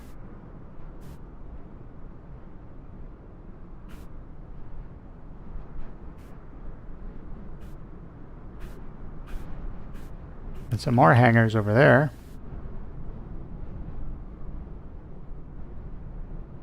All in all, you know, for a free airport, this is pretty good.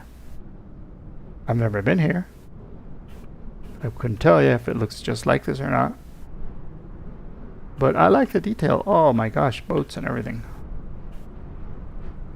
And I wonder if there's anybody in here. Nope.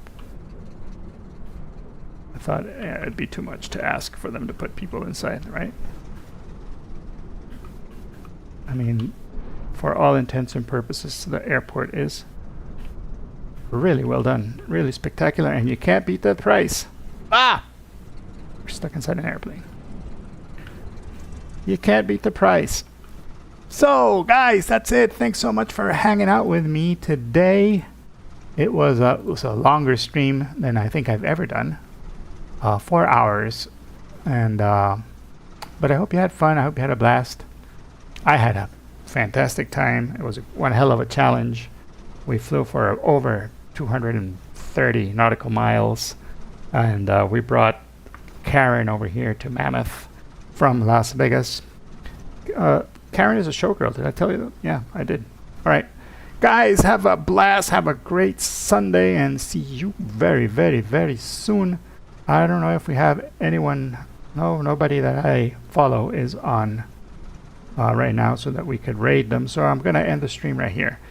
Have a fantastic Sunday. Be well. And we'll see you next weekend over here on the Sim Mr. Egan stream. Bye-bye.